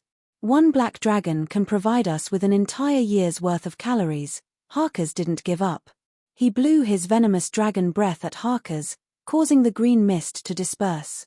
Just as Harkers thought that he had successfully escaped, that voice continued to speak. "Hey, I've caught him. He's struggling really hard. Oh, he has bad breath." The toxic mist had already dissipated, but the golden-haired man was completely unharmed as he slowly walked over. He had an evil smile on his face as he explained the situation to Harkers. When the golden-haired man got closer, Harkers was still unable to move even though he was struggling, causing him to despair even more. The golden-haired man looked at Harkers' neck as if he was a demon. He waved a giant fork made of ice in his left hand and a giant knife made of ice in his right hand. He waved it across the black dragon's neck. "Just turn around and you'll be able to eat him. Crispy and chicken-flavored. You're the chicken-flavored one. Your entire family is chicken-flavored." The humiliation of being compared to chicken made Harkers explode with anger. But what he saw was an ice fork that was as tall as a human being stabbing right into his face. This was the last thing Harkers knew before he lost consciousness. He could only sigh in his heart. "Father, Harkers has truly become the shame of all dragons. He's actually going to be eaten by a human." 20 minutes later, in Harkers' warm and comfortable dragon nest, countless lizard men were busy lighting a fire and cooking. Among them was a tall and skinny dark-skinned elf male who was particularly eye-catching. He was busy next to the fire, drying the boots and wet clothes for his new master. The clothes were fine, but the boots that had been stifling in the wet rain for a few days smelled so bad that the enslaved dragon had the urge to bang his head against the wall and kill himself. But he didn't dare to. Clang. The dark-skinned elf only took 2 steps before collapsing on the ground. This wasn't because he was trying to act cute, as an old man acting cute would only make people feel disgusted. It was just that Harkers was no longer able to maintain his balance. That was because the part of his body that was supposed to maintain balance was currently being roasted on the barbecue rack. After waiting for quite a while, I started salivating as I watched the dragon's tail dripping with oil finally being roasted. "Oh, right, Roland." Harlois suddenly spoke up while she was still looking at the roasted dragon skewers. "You know what it means to not talk while eating or sleeping. I ordered this myself. If you want to eat it, go ahead and cut it yourself." I pointed at the knife and fork, causing the human-shaped black dragon who was eavesdropping to suddenly run out of the door and get drenched in the rain. Along the way, he fell on the ground twice, but he couldn't escape due to our contract, so I couldn't be bothered to deal with him. "No, I'm not interested in dragon meat. Forget it. You're so bored that you can't finish your sentence." I complained as I took the dragon skewer that the lizard man handed to me and took a bite. It was sour, stinky, and astringent, exploding in my mouth. At that moment, I was reminded of a toilet that hadn't been cleaned in 10 years, and then I vomited everything. It took me quite a while to finish vomiting, but Harlois casually started explaining. A black dragon's poisonous breath is even more poisonous than a wyvern's. Black dragons are also scavengers of the swamp. I believe that as long as you haven't forgotten all about biology, you should know that such a thing can't be eaten.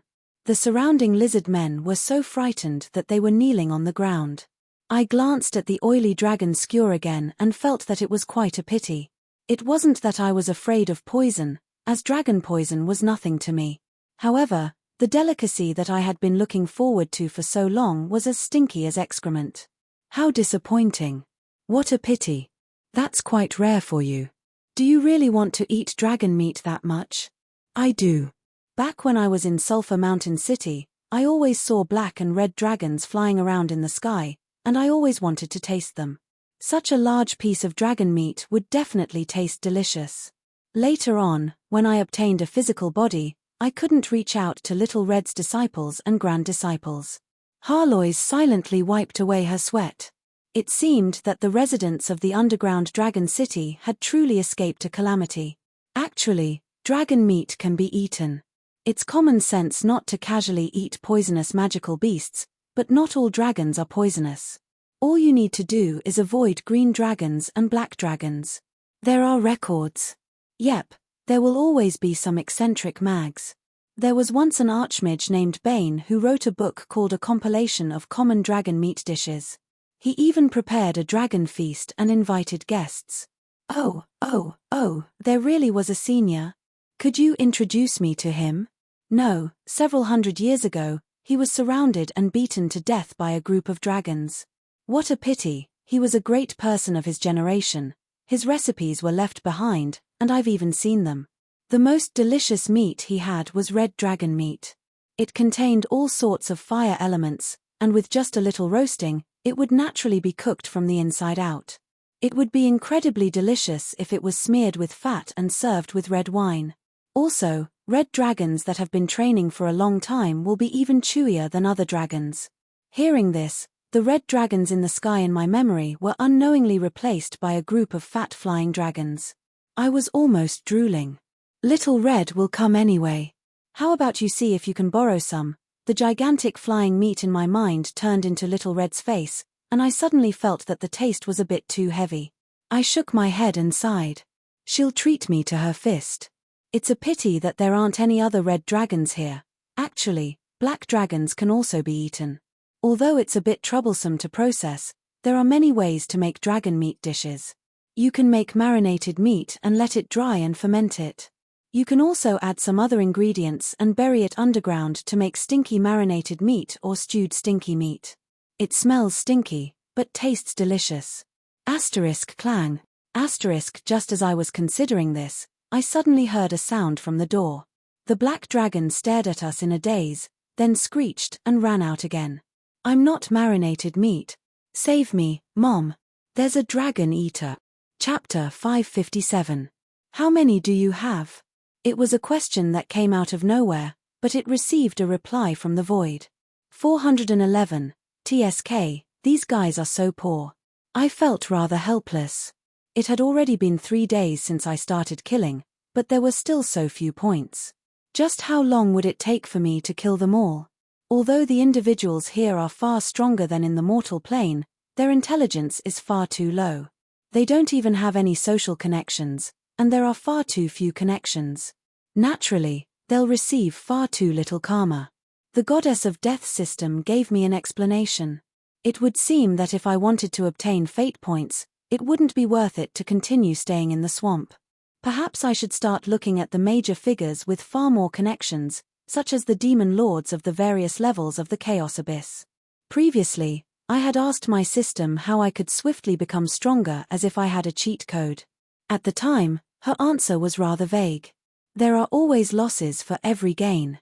If you want to become stronger as if you have a cheat code, you'll need to pay an equivalent price. That's probably the most important thing to you, the thing that you've been persisting on for so long. Think it over. Cavendish is the child of the Chaos Abyss. Aren't you the same as well? I was no idiot. That was enough of a hint.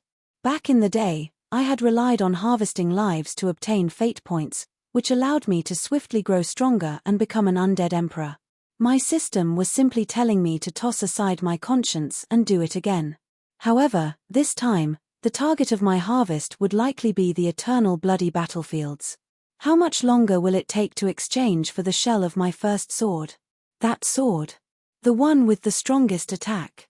This was only my second opportunity to become a semigod in my 4 lives. And this time, my body was complete. I wouldn't be satisfied with just barely becoming a semigod.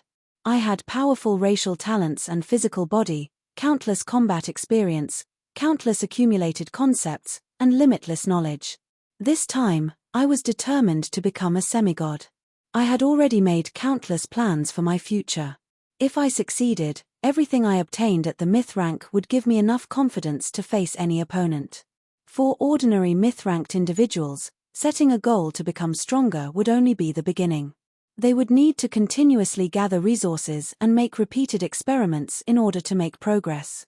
Finally, they would reach their goal one step at a time. This included countless experiments that were destined to fail and return empty-handed. The only difference between me and other myth-ranked individuals was that not only did I have relatively complete blueprints, I also had plenty of concepts. Plus, I didn't have to worry about my body being destroyed by overly powerful concepts, so it was possible for me to mess around a little. Now, with the system's help to cheat by exchanging karma points for the materials he lacked and repeatedly calculating the compatibility between the concept and the materials, success on the first try was completely within his expectations. The growth period would definitely be greatly shortened. As for how far I could shorten the time, that would depend on how shameless I was. As long as I had enough karma points, I could exchange them for materials like crazy, and I would be able to complete my advancement within a few years. Should I still choose to be a swordsman? Strictly speaking, a spellblade. Harlois was a little depressed. Unlike when he was joking, the magic professor was really in a bad mood. Choosing a myth-ranked weapon for a myth-ranked warrior would also mean choosing his future combat style. She was a pure mage, yet she still ended up becoming a swordsman who specialized in melee combat. This naturally hurt her quite a bit. There's no helping it. Only a spellblade job class that specializes in melee combat will be able to bring out my full potential. Besides, I won't have the endless undead who can act as meat shields for me. Considering my future enemies, it'll be far too dangerous to be a canon mage. I won't be able to deal with a battle mage who can cast spells at the front lines. I hadn't chosen the spellblade job class out of impulsiveness. My physical body's incredibly balanced stats had long since pointed me in the right direction. The 4 elemental swordcaster job class had given countless people the chance to become mags. From a different standpoint, it was also a job class that had been created specifically for me. Spellblades had always been an unpopular job class in the past because they required far too much accumulation. Not only did they need to be talented in magic, but they also needed to be skilled in martial arts. If they were truly thrown onto the battlefield, it would often be 1 + 1 = 1. In order to cast spells, a spellblade couldn't wear heavy armor, which would make it impossible for them to become a qualified meat shield. In order to engage in melee combat, they wouldn't be able to prepare powerful magic spells for long periods of time, which would make it impossible for them to become a qualified canon. Practicing both magic and martial arts would mean that both magic and martial arts would be useless. Working hard on magic for several decades would only be able to add a few buff spells to oneself. That wouldn't be worth it at all. Meanwhile, the 4 elemental swordcaster job class saved magic swordsmen a great deal of time, greatly reducing their training time. They could focus more on how to use their magic swords in order to increase their combat strength. The intelligence of the masses was limitless. With enough magic swordsmen, this job class had countless tricks up its sleeve. There were even many different branches of the job class. There were those who specialized in certain elemental sword seals and how to improve them. They would be similar to mags in battle. There were also those who specialized in sword seals. They would be similar to spirit swordsmen who used magic swords to sweep over their enemies. There were also those who used magic swords as controllers to control all sorts of magical machinery. Every branch of the job class would have several dozen or even several hundred combat techniques and unique magic spells. To me, all of this was an astonishing amount of wealth and experience from my predecessors. Although it's indeed a bad habit to let others be my guinea pigs, it's all thanks to them that the 4 elemental swordcaster job class has truly been perfected. I can now rest assured that I can continue down this path. From a different standpoint, all the 4 elemental swordcasters were my guinea pigs. Their intelligence and hard work helped open up this path for me. Since I had multiple magical attributes, I now had the foundation to reach the top. Since I chose to be a magic swordsman, I would naturally choose to create a sword for my myth-ranked weapon class. This had already become the norm for swordsmen and magic swordsmen. What I needed was to transform everything I had learned into the strongest magic sword in the world. Then, I would use the combat techniques and fighting styles I had learned from human intelligence in order to make the most of the magic sword's power. The magic swordsman job class gave me the ability to use multiple magic swords. The concept of multiple magic swords in my inventory also made me intend to create several more magic swords. Unfortunately, it was quite difficult to obtain materials at my level. How long will it take to create just the outer shell of an offensive magic sword that represents the soul of the dead? Your design is ridiculous. Although theoretically, that magic sword's attack power will be enough to break all history records, the requirements for the materials needed to create the soul of the dead magic sword are far too high. A conservative estimate would be that you'll need at least 200,000 fate points to exchange for materials. TSK, that's so expensive. That's enough for me to revive twice. Is it possible to lower the requirements? No, that's not possible. That's my ace in the hole. Theoretically speaking, one less will reduce the attack power by at least half. Considering that I could be ambushed and hunted down at any moment, it was only natural that I would need to create my trump card first. I did some calculations and found that I wasn't far off. I only needed about 190,588 fate points. How many fate points does this dragon have? I looked over the napping harkers with malicious intent. However, my system's answer made me feel rather helpless. A dragon that's a shut-in that has no contact with the outside world would have a maximum fate points of 450. It would be better to keep it as a means of transportation. Is there no other way? There is. If you find more materials, you'll be able to exchange for less fate points. Since it's a sword of the dead and negative energy, you'll naturally need to find the undead and obtain some materials.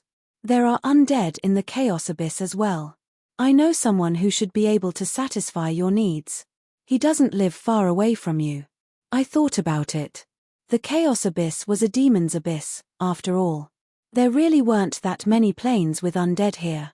As for a high-level undead that could satisfy my requirements, the most ancient one, I'll go with him. If you want me to kill myself, just tell me. You're the one who came up with this blueprint. It's up to you whether you want to go or not. I remember that he lives on the 112th floor. It's not that far away. You can go and have a chat with him. I could only smile wryly. Did this count as me digging a pit for myself to jump into? The most ancient one, or perhaps I should call him the most ancient demon, was nicknamed the Hibernator.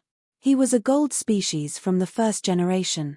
As an ancient artifact from the same generation as Ale, or perhaps I should call him Ales Senior, Harkers had experienced all the mythological wars. Nowadays, he spent most of his time in his own dimension watering his plants.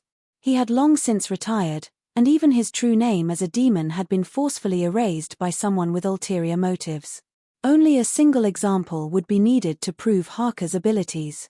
His most famous experience was that he had deduced the undead summoning magic from the natural undead, which created the entire undead species.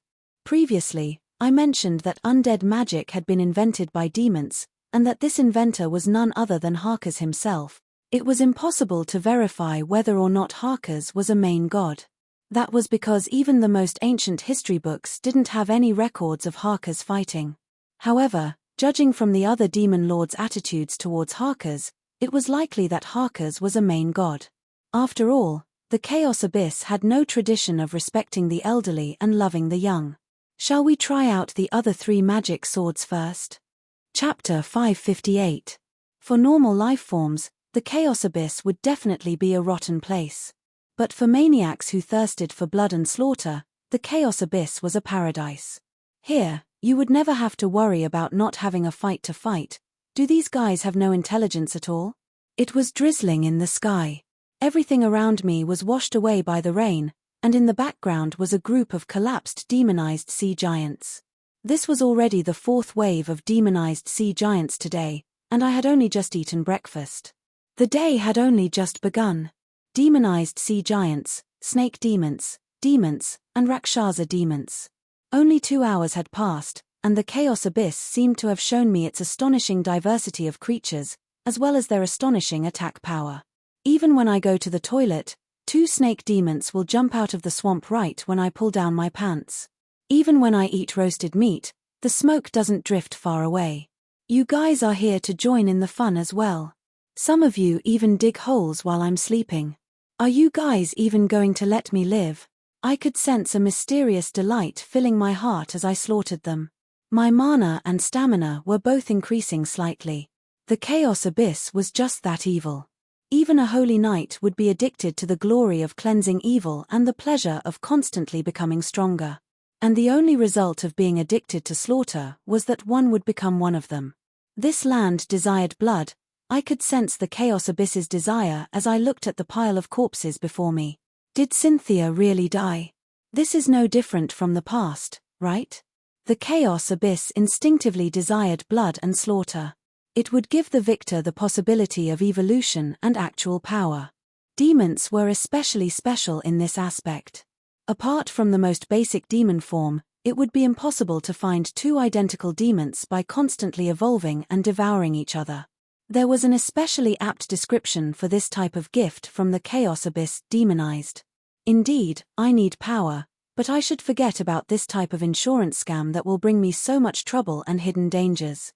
Holy light lit up and cleansed my surroundings. The next instant, all the extra power was purified and disappeared. Power was just power. If I had the time, I could indeed convert it into pure mana for my own use. But this was a critical moment for me to advance in power level. Using too much power would bring me a lot of trouble, so I decided to forget about it. It had already been 2 days since I left the dragon's lair. Without the suppression of the dragon's aura, all sorts of imps had come knocking on my door. I couldn't just casually release my mana, since the imps wouldn't come. In that case, the big guys would come knocking. From the lizard men that could be taken care of by a silver rank to the fallen sea giant king that legends had to team up with, this map was completely random. There was no need to be too surprised to encounter anything. It hadn't been long since I came here, and I was already completely sick of the endless rainy season and swamps. Perhaps the demons in the other levels would be stronger, but at least they wouldn't make my boots turn into submarines and my pants grow mushrooms. However, it would be slightly more troublesome to go to the other levels of the abyss. The abyss had a passageway to the upper and lower layers. It was an extremely large and conspicuous portal. However, it would be too foolish and time-consuming if he were to go down layer by layer. The internal teleportation portals between the various levels of the Chaos Abyss were quite convenient, but as important strategic resources, the locations of the teleportation portals were either controlled by the lords or unknown to anyone. If it was any other level, there would be demon towns gathered together, and if they spent a large amount of money, there would always be information about teleportation portals. But in this plane, they didn't know who to spend money on. Find the demon lord. Harloys would be easy to find. However, after I learned from that black dragon which level of the Chaos Abyss I was in, I truly didn't want to meet the demon lord of this level. Snake god Voka, the guardian god of the lizard men and snake demons. No wonder this level is filled with such disgusting creatures. Although Voka wasn't a particularly powerful god, he was indeed a veteran chaos evil god. It could be said that this entire level was his divine kingdom, so it was only natural that his power level would be doubled. If I was a mage or witch doctor who focused on poison, perhaps I could consider meeting the most venomous existence in the entire universe and extort some ingredients from him. But right now, I only wanted to stay as far away from him as possible. Don't you know that apart from the upper and lower passageways, there are other teleportation portals to other levels? How did you become the boss of this swamp? When I asked that black dragon about this, he looked at me with a confused expression. Why would I want to go to other levels? Isn't this the most beautiful place in the entire universe? Alright then. This place might seem like hell to other creatures, but it was his warm and comfortable home to Voka. For the black dragon, the stench of the death swamp was just like his daily air freshener. Without the dirty swamp, where else would he be able to hunt so easily and bathe so comfortably? TSK, every country bumpkin thinks that their home is the best, even if it's a living hell in the eyes of outsiders. The silly cat's venomous tongue was just as usual, but I mysteriously felt like I had been shot in the back. After all, I also felt that the Northland's endless chilly winds would always make one feel energized, and the Great Snow Mountain was so moving. It seems that I can only go down to the next level. Since I was unable to find a teleportation portal to the next level, I could only go down one level at a time. But when I made my decision and was about to order my mount to go down, my mount had an objection. "My lord, although I don't know where to find a teleportation portal, I know a place where someone knows." Considering the swamp's terrain, a black dragon would doubtlessly be an excellent means of transportation. At the very least, the stench of the air and the filthy rain made Frigid Moor, a soul creature, really unwilling to move. But our current problem was that we didn't know where to go. Randomly flying around in circles would be meaningless, and the black dragon actually didn't dare to fly too high. He told me that there were immemorial creatures here that even he didn't dare to provoke. All right, lead the way. I was rather astonished that this dragon would voluntarily help me. Something seemed off. But those Onibabas are quite greedy. They won't give you anything without sufficient compensation. Compensation? Gold coins? No, those things are useless here. Magic scrolls, magic weapons, and the like are quite valuable. I followed the black dragon's greedy gaze and discovered that he was staring at the ice magic sword in my hand. Perhaps in his eyes, that crystal-clear sword was the embodiment of its extraordinary value. The battle 2 days ago also proved the value of this magic sword. It definitely had powerful ice magic attached to it. As for the inconspicuous battle hammer on my back, the black dragon had never even glanced at it. He wouldn't even want it if I gave it to him.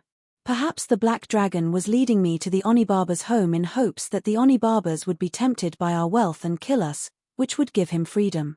I chuckled at this thought. Ice magic sword? Heh, I got it. I hope that the Onibabas will like these gifts. Chapter 559. Flying in the skies of the Chaos Abyss would definitely be difficult for any ordinary creature. The clouds were always dark, and thunderstorms and hailstorms made flying dangerous. The air would often have the stench of sulfur, and even the rain would have the smell of rot. But for black dragon harkers, flying in the skies was like a fish in water. This was the smell of his home. The vast land was right below him, but everything was monotonous and boring. Everything before him was grayish-black, but there was a patch of grayish-green at the end of the horizon. That was a peninsula surrounded by countless gray trees. In the center of the swamp, there was a rather lively market. The Onibaba Market was a simple name. It was the largest market in the mortal plane, and the Onibabas were one of the few intelligent creatures in the mortal plane. Those Onibabas aren't easy to deal with. Even if you're strong enough, you won't be able to win against those scammers and villains who are filled with evil and venom. You country bumpkin from the mortal plane, bringing treasures here will be the reason for your death. Onibabas were an almost extinct species in the mortal plane. Just like the wood spirits, they were an all-female species. However, unlike the wood spirits, who had a pleasant-looking appearance, Onibabas were all wrinkled old women. Or, more accurately, they were witches who had passed their prime. They had long noses with strange tumors, twisted and disgusting hair, wrinkled skin, and twisted magic wands. Together with black capes and pointy hats, they were just like evil witches from fairy tales. While the Onibabas were still in the mortal plane, they would mostly act as witches and witches. Most of them would sign contracts with powerful demons or devils from the lower planes and act as their agents in the lower planes. The mags and mags from the lower planes were quite famous for tricking people. Greed, slyness, and jealousy weren't really big problems. As long as the goods were good, someone would definitely buy them. But if they tricked their customers and suppliers, then they would offend powerful beings from the lower planes after offending the mortal plane. These Onibabas wouldn't take it easy. Not only were such magical creatures rare in the mortal plane, they were also rare even in the other levels of the Chaos Abyss. Nobody was an idiot. Being tricked once was considered bad luck, but being tricked again and again without taking revenge would mean that they weren't demons anymore. Come take a look, a semigod equipment magic sword with 3 types of curse magic. It's astonishingly powerful. Only 200 spirit coins or goods of the same price. Souls had always been the hard currency of the lower planes, and when part of the river Styx changed course, the lower planes also welcomed a period of deflation that was worthy of celebration. Soul coins became even more valuable. Seeing that I was a dragon knight and an unfamiliar face, the green-haired Onibabe who was trying to sell the magic sword almost extended her magic sword to me. 200 souls in exchange for a semigod equipment was indeed not expensive. I could sense the powerful curse on that grey magic sword, but The curse is actually an extremely effective mental retardation spell. It'll automatically be triggered as soon as I hold the magic sword, and then I'll obediently hand over the money pouch. Expressionlessly, I kicked the Onibaba away. The potion that had already been activated in her arms spilled all over the ground. A drop of the potion landed on an Onibaba next to her, and it actually turned her into a toad. It seemed that there was no such thing as a safe zone in this market. Merchants could easily cheat their customers. Take it. An icy aura emanated from beneath my dragon armor. My eyes exuded the power of death. A high-level Black Knight who was capable of controlling a black dragon wasn't someone a low-level Onibaba who needed to sell fake goods on the street could afford to provoke. I lifted the Onibaba up with one hand and stuffed the hilt of her magic sword into her mouth. She whimpered a few times, and then her eyes rolled back as she lay on the ground and began to cry like a toad. The merchants around me paused for a moment before becoming lively again, as if nothing had happened at all. It was as if such a thing was quite normal. It wasn't like I hadn't experienced such an environment before. In such a hostile environment, pretending to be a pig to eat a tiger would make me a pig. Revealing my claws would actually save me some trouble. If I was scammed, these people would definitely rush up to me and sell my weapons and equipment on the spot. My physical body could be sold as meat, and my soul could be processed into money. Nothing would be wasted. I looked around and saw that not all the vendors were Onibaba. In fact, it was quite the opposite. The Onibaba stalls didn't have any customers at all. There were only a few lizard men walking back and forth in front of their stalls. They were probably professional scammers. The Onibaba didn't seem to be in a hurry either. They kept sneakily glancing at the new customers, as if they were simply doing some business while watching over their stalls. Freshly made magical steel battle axes, the work of a blacksmith master. Take it for 2 soul coins. Dragon bones, dragon feces, and dragon eyeballs.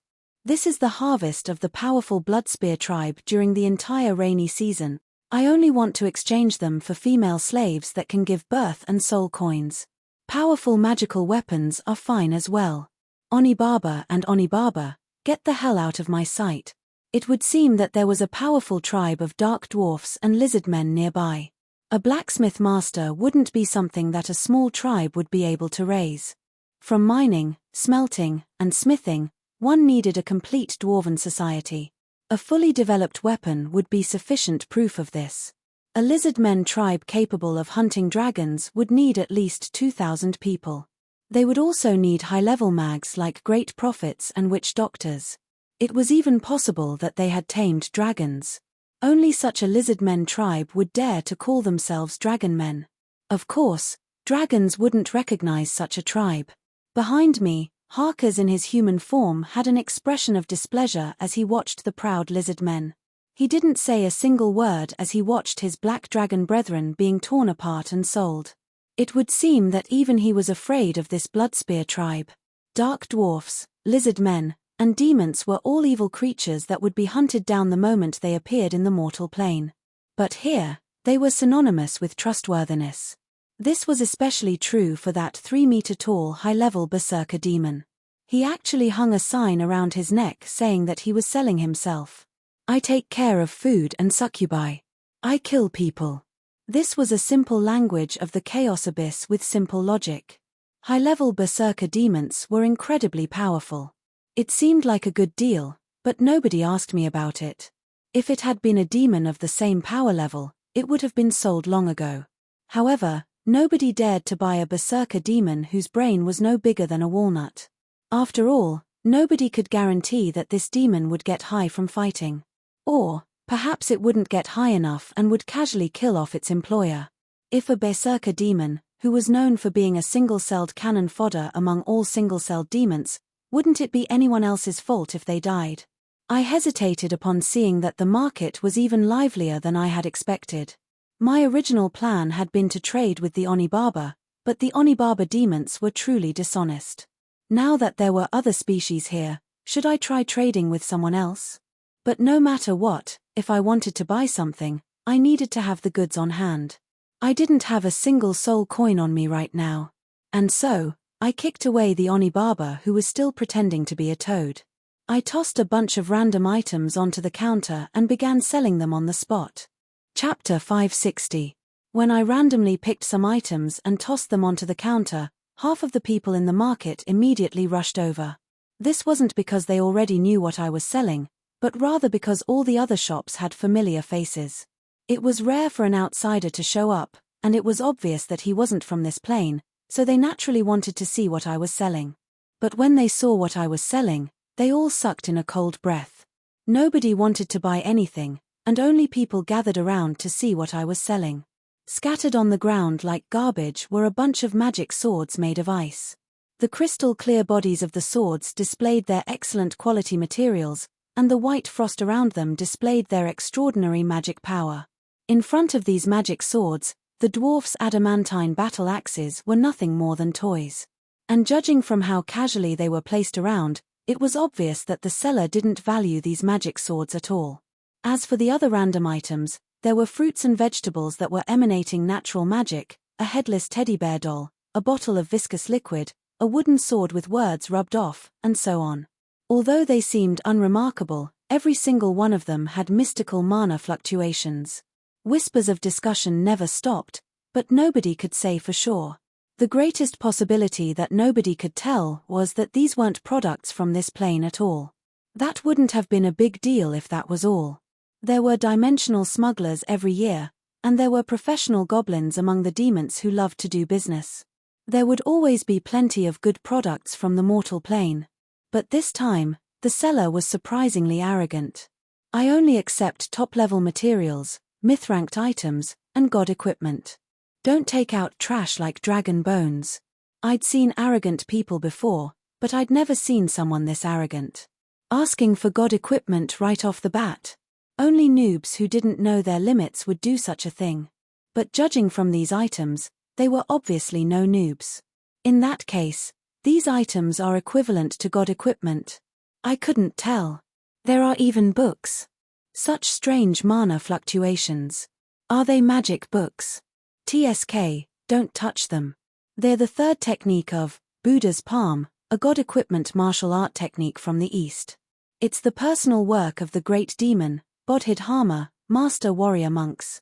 Buy one, get one free. It also comes with a natural magic tome, the Sunflower Manual. After you learn it, you'll receive the legendary Druil transformation technique, Great Transformation Technique. Astria felt rather helpless towards me, while I was happily peddling these pamphlets that I had been hiding for so long. I wasn't spouting nonsense. Back then, I really treated it as a treasure, and I couldn't bear to throw it away even if I had to die. I kept it in my interspatial bag as my trump card. Now that I knew that my system was actually Astria, a goddess of creation who created an oriental martial art from another world, I knew that I had been scammed even worse this time. I would be an idiot if I didn't sell it to someone else so that I could make myself feel better. It's actually the real deal. I used the creator's special miracle benediction spell to exchange for the real deal. It is indeed an Eastern martial art that exists in some other plane. Why can't I learn it? My martial skill talent should be pretty good. That's because you need the inner canon of the Yellow Emperor and the diagram of the human meridians. Only then can you understand it. Do you think you don't need to be educated to practice martial arts? Do you think a modern person can understand those special pronouns that need to be explained by dozens of special classical books? Do you know where the Spring Surge Cave is? Where are the 12 meridians? And even if you understand all these, do you have the foundation of Oriental Buddhism to learn the highest level of Buddhist martial arts? Let me tell you, the most basic requirement to understand it is to have read 2,000 Buddhist scriptures and recite them. Then, get me those Buddhist scriptures and related books, knowledge that can change the entire world. Give me the equivalent of 1 million fate points. Then why the hell did you work so hard to create this book? Are you joking with me? What's the difference between this and those terrible mobile games that claim to have a 1% chance of winning prizes but actually have a 0% chance of winning prizes? You can only see it but not touch it. I remembered that when I got this book at the beginning of the month, I was overjoyed. I thought that I had finally ushered in my long-overdue main character fate and could finally try out Oriental martial arts to fight against Western magic. In the end, I couldn't learn a single one of those Oriental martial arts. Each of their names was more impressive than the last. At the time, I didn't doubt its authenticity because even though those magical books that I got from another world weren't used to it, they did enrich my knowledge and were the real deal. According to my statistics, in the 3 months after these Oriental martial arts appeared, you worked at least twice as hard and earned a lot of fate points. You even took the initiative to ask me for quests to do. You're so hard-working that I'm touched by the heavens. In that case, I've already achieved my goal. Astria paused for a moment before she unhesitatingly told me the hateful truth. Yes.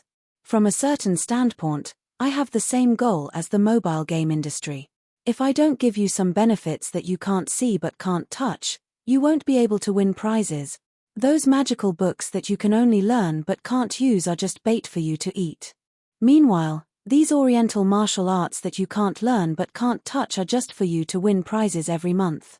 Every time I won prizes, I would see the wheel slip away from my beloved item.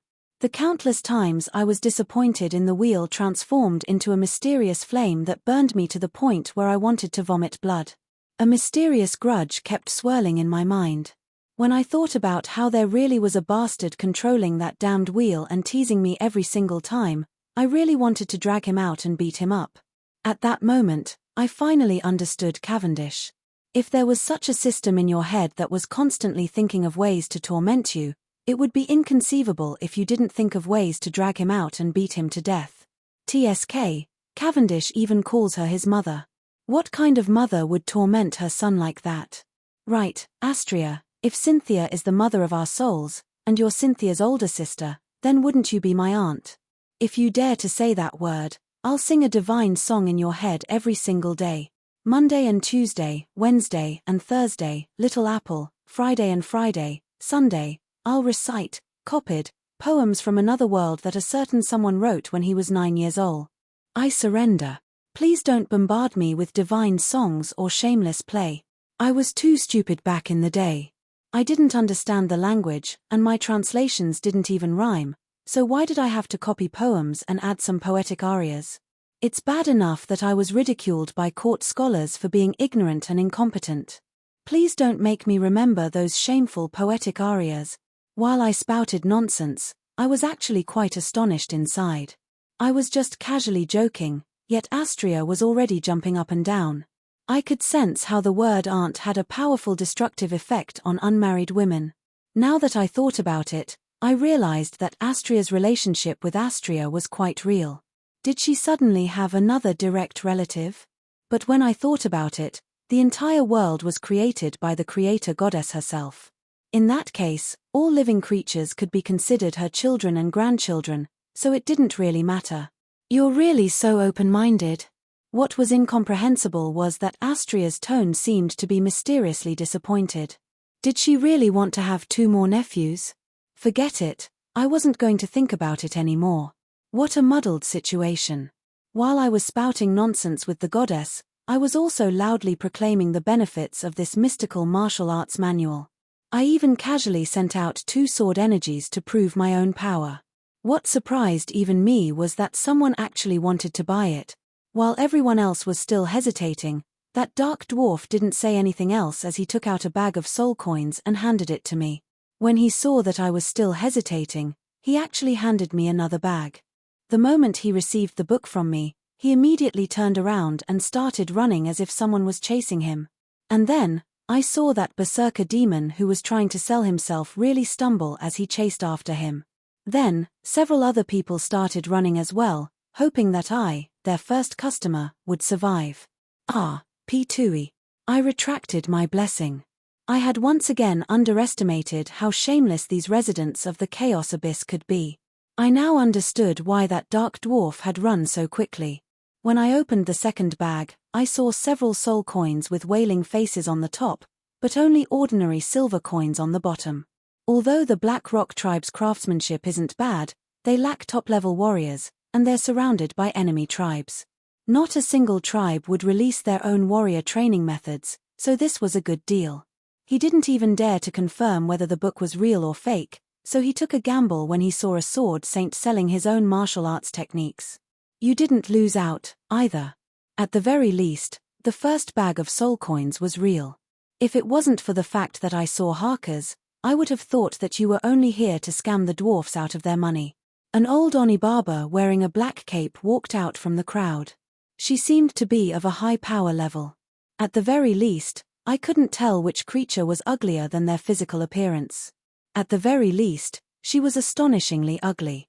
But judging from how the people around her treated her, she seemed to be someone who kept her word in this market. My name is Sarandra Aviska Caden, Cabin. My apologies, my names are rather difficult to remember. You can call me Black 7. There's no need for honorifics. No, you don't need to tell me your real name. This is only a fake name. There are many Oni barber here, and if you tell them your real name, you'll be cursed. The old Oni barber who was talking to herself seemed rather nervous, but she winked at me as if to express her friendliness.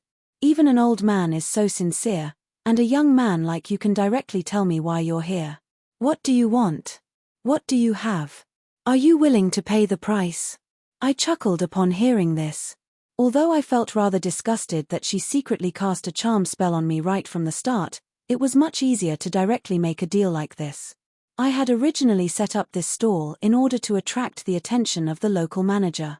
Now that my target was here, I immediately stood up. I'm Roland, my real name. You can try cursing me if you want. As for my target, let's talk somewhere else. I'm very sincere. Chapter 561. What was business? As far as I understood it, it was selling the right product to the right person at the right price in order to obtain the greatest profit. In that case, what kind of product would be impossible for the Oni barbers who had their own territory and tribes in the Chaos Abyss? Weapons that were the Chaos Abyss's main currency? What about some divine weapons? The Oni barbers didn't know how to smith. Perhaps they would have such needs, but the truth was that they were quite skilled in witchcraft and alchemy. Even their enchanting skills were quite good. Magic weapons that would maintain a powerful effect in a limited area, a certain level of the Chaos Abyss was most likely where the Oni barbers gathered, and for a limited period of time, 1 or 2 days to 1 or 2 months, were also the Oni barbers' most popular products. Countless people had been scammed by them. It would be best to save on ordinary magic tools and equipment. The Oni barbers didn't lack such things. Slaves. Stop joking. The Chaos Abyss didn't lack slaves at all. Surviving here was the most important thing. Freedom was far too extravagant. It could be said that I had met with some trouble. As someone who wanted to trade with someone, the Oni barbers were most afraid of dealing with someone who didn't lack or need anything. However, there was one thing that the Oni barbers definitely wouldn't be able to refuse: shampoo, whitening cream, nourishing oil for smooth skin. Since you're a female, I refuse to believe that you don't need cosmetics that can help you maintain your skin. As the Oni barbers watched, bottles of fruit juice and bottles of milk were tossed onto the ground. These bottles were labeled in the common language of the Oni barbers. These were all new cosmetic products that came from a secret source. Wait a moment, these are my daily necessities. I just got these from Amelia 2 days ago. I'm going to replenish them at my place in the Chaos Abyss. The silly cat's pitiful screams echoed in my ears, but I unhesitatingly tossed out all my cosmetics. That was such a waste of space in my bag. Why would a slime need cosmetics? Just change into whatever they want. Instead of using all those random things on their faces, they might as well use their own mucus. I'm going to go all out against you. So what if I'm a cat? So what if I'm a slime? Don't slimes have the right to be beautiful? I also know that these things are useless, but why do others have them while I don't? I'm also a woman. I also want to spend money on things that I know are useless. The silly cat was as troublesome as ever. She even seemed to be using some dangerous taunt skill. I decided not to go any further in order to not beat her to death. I'm happy to. The silly cat's reply was resolute and decisive. From another standpoint, Harloy's was indeed quite valuable. However, there were some things that couldn't be solved with money. I've had enough of it. My cat smears those messy things on its face every day, and it also puts on a thin cucumber skin mask. People won't think that you're crazy, they'll only think that I'm sick. I also had enough of those pitiful gazes. I was obviously a normal person. I'm not going to do beauty treatments for my cat. Cough, it would seem that I'd become a spectator. After I finally rode on top of Harloy's and took care of the cat, the Oni barber named Black 7 also looked at the goods in front of her with interest. However, she didn't take it seriously. After all, from a certain standpoint, the Oni barber's ugliness and aging were an irreplaceable characteristic of their species. Oni barbers would rapidly age after birth, and they were used to being ignored and feared by other species. It was truly incomprehensible that they would sell cosmetics to the Oni barbers. No living creature would naturally like to be ugly. This ugly appearance was more like a natural curse. Perhaps magic could dispel the curse, but magic and alchemy would be unable to change one's appearance. Natural ugliness was a natural condition. How could it be possible to remove it? In other dimensions, most Oni barbers who learned illusion magic would wear fake faces. Most Oni barbers would assume the appearance of outstanding young women, which meant something to them. You can try. Black 7 hesitated for a moment. Perhaps she felt that this was quite safe in her own territory, so she applied some skin whitening cream on her hand. However, she was so astonished that she almost dropped the bottle. Black 7's black skin and spots disappeared at a visible rate. Even the age spots disappeared. Her entire arm instantly became a young person's arm, while the rest of her arm was still that of an old person's. It was incredibly uncoordinated. Let me try.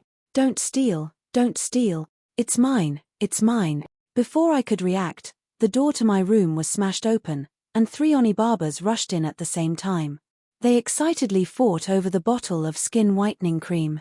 The watchers who had just been laughing at me and the silly cat's internal conflict were now fighting amongst themselves. I simply sat on the sidelines and watched the show, while also suppressing the silly cat's resistance. Indeed, there was no cure for natural ugliness. However, when technology reached a certain level, even plastic surgery wouldn't be too difficult to master. And in this aspect, the wood spirits had an obvious advantage as they were capable of regrowing limbs and reconstructing their physical bodies. When I woke up from my deep sleep, I discovered to my astonishment that I had casually mentioned that women's beauty business would definitely be quite profitable.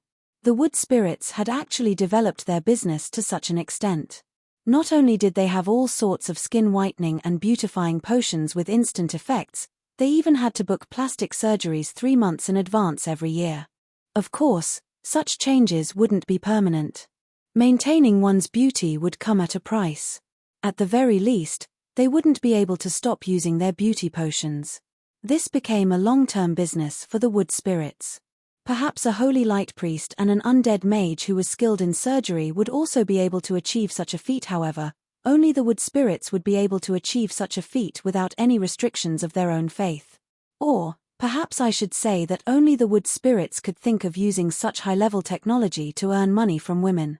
When I heard that 1/4 of the wood spirits' income came from their cosmetics and beauty industries, which had become their second-largest industry apart from firearms, and had even surpassed their income from medicine and agriculture combined, I couldn't say anything other than that women are the same no matter which world they live in.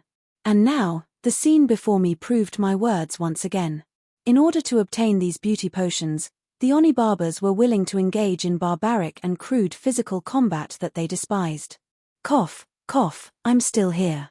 When I reminded them of my own existence, I received a magical response filled with malice.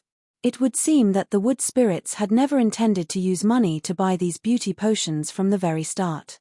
And now that these Oni barbers had jumped out, it was only natural that they intended to kill me and steal my beauty potions. As for long-term business and trust, nobody in the Chaos Abyss could trust anyone else. Wealth that wasn't backed by power would only be a ticking time bomb of misfortune. And if the wood spirits truly wanted a long-term business, why would they need a middleman? They could simply extract all the information they could from your brain. You want to do business? Sure, that would prove that you had the power to protect yourself from being killed and stolen. TSK, TSK, TSK. Perhaps I didn't tell you, but my younger brother is the Prince of the Chaos Abyss, and my girlfriend, Harloy's ex-girlfriend, is a demon marquis. Black 7 was laughing so hard that she was trembling, as if I was telling a joke. Currently, Half of her face was young while the other half was old, making her seem like something out of a horror movie. Heh, you're so funny. But even if your sister is the Dragon Queen, and your older brother is the main god, that has nothing to do with whether or not you can leave this door. They're not here. I felt rather helpless. Even the silly cat widened her eyes in surprise. Was Black Seven a legendary prophet? Or was she simply someone who liked to jinx things? The next instant, the entire room seemed to come alive as it constantly shook. All the tables and chairs seemed to transform into living creatures that were running around everywhere. The Oni barbers surrounded me from all directions.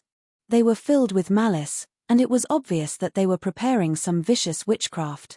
Something was wrong with how my magic was circulating. It would seem that this room had been tampered with, and I had fallen into a trap. It was common sense to not challenge mags on their home turf.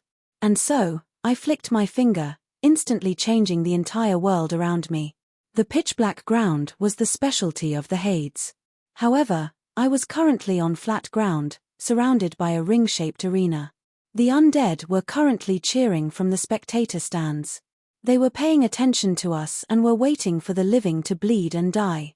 Since you don't want to talk business there, perhaps it's more appropriate to talk business here. Right, I forgot to tell you that I was once an undead emperor, and I was also on the calamity rankings. Harlois, I'm still on the calamity ranking. The Oni barbers had confused expressions as they looked at everything around them. This was far beyond their understanding. The next instant, I shouted at them, causing them to break out in cold sweat as if they had just woken up from a dream. They were still pretending to be calm, but their expressions were filled with fear and anxiety, which revealed their lack of confidence. It would seem that they still knew what the calamity rankings were. Since you've all calmed down, can you listen to my request now? Perhaps you'll give me a price that'll make me happy in order to buy a safe return ticket. I've never forced anyone to buy or sell anything or take advantage of others, really. Chapter 562. The Oni barbers were infamous for their shady businesses. When that sword saint from another dimension foolishly followed the Oni barbers into the wooden house, everyone in the market couldn't help but sigh. Damn, he hasn't come out for more than 20 minutes. It seems that he doesn't need to come out anymore. It's a pity that we won't get a share. That's right, they weren't regretting that there was an additional victim.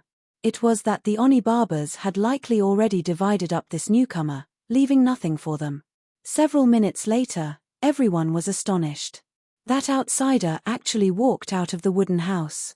Not only did he walk out, he was even chatting and laughing with the Oni barbers. Not only was that country bumpkin from the mortal plane uninjured, the vicious Oni barbers were actually surrounding him and smiling in obvious flattery. Could it be that the Oni barbers had changed their ways? That was obviously impossible.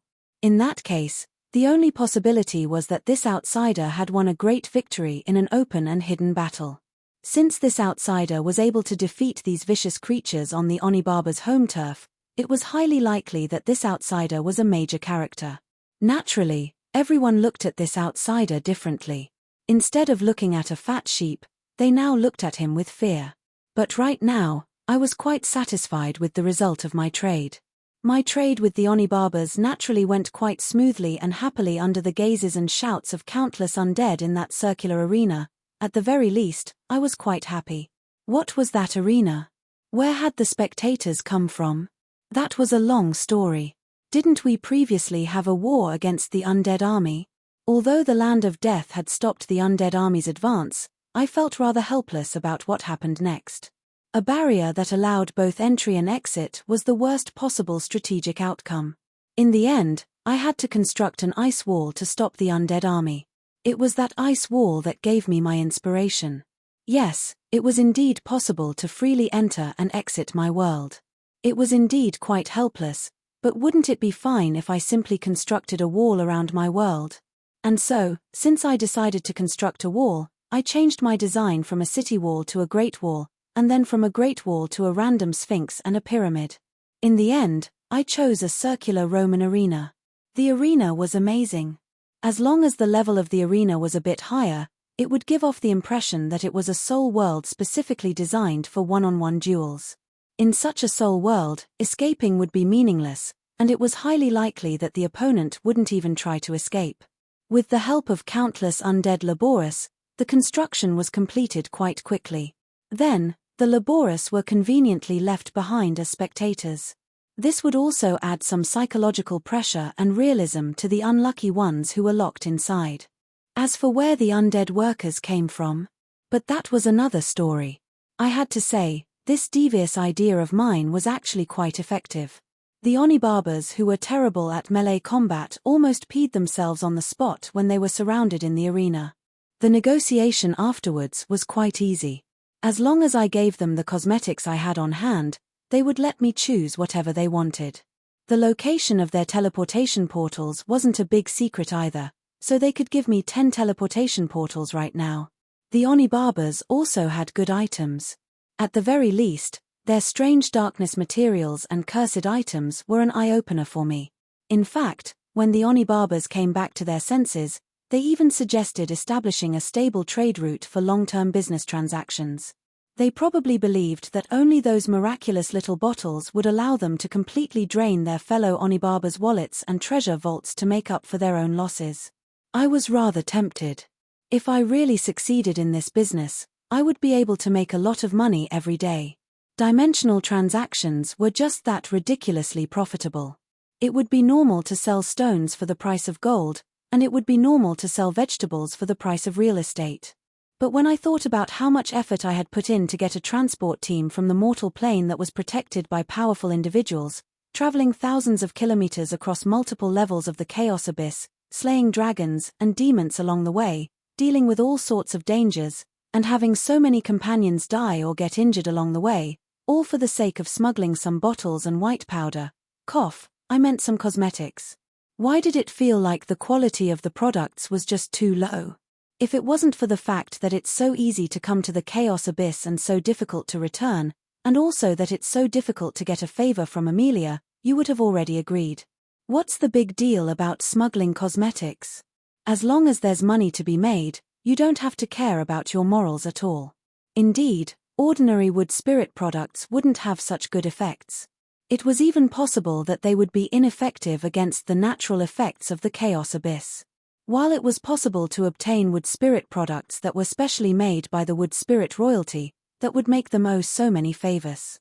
But would it kill Harlois to not say it so directly? Were you still worried about those cosmetics? Everyone said that you were the incarnation of a slime, so putting those things on would only make you look crazy. Women were so unreasonable. Ouch, don't bite my head. Didn't you know that there was a little female lead who always bit heads because she was too outstanding in her role as a pet and lost her sense of existence as a female lead? Didn't countless female leads surpass her and successfully take over the role? Damn it, I already told you to stop biting my head, so why did you even evolve tentacles and whips? Do you have such a heavy taste? My lord, it's almost noon.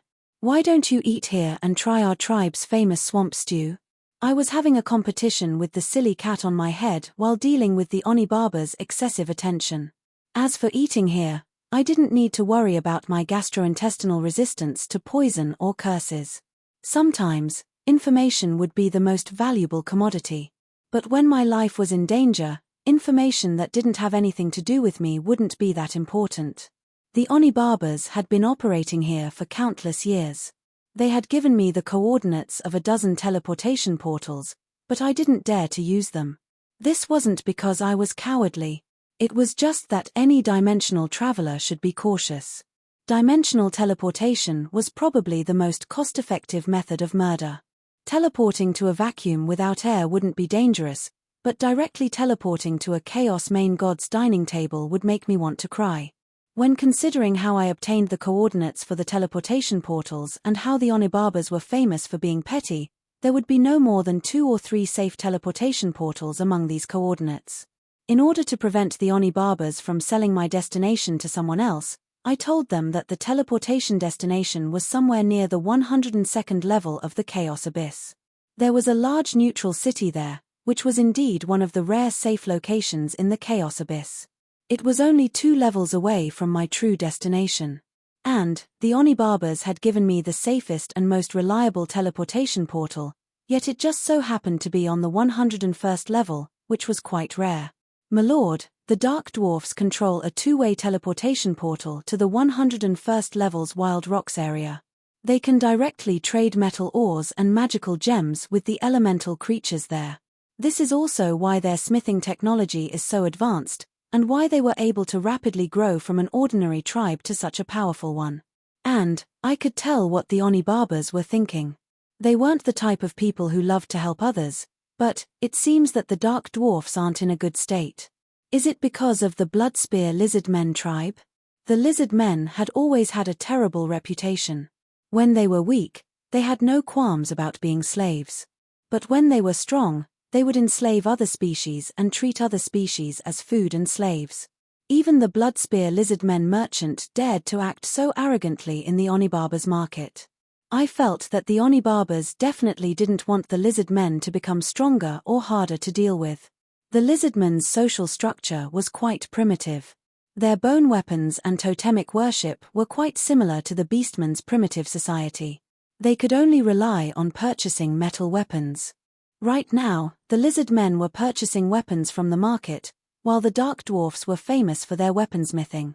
It would be inconceivable if the Bloodspear tribe didn't try to attack the Dark Dwarfs.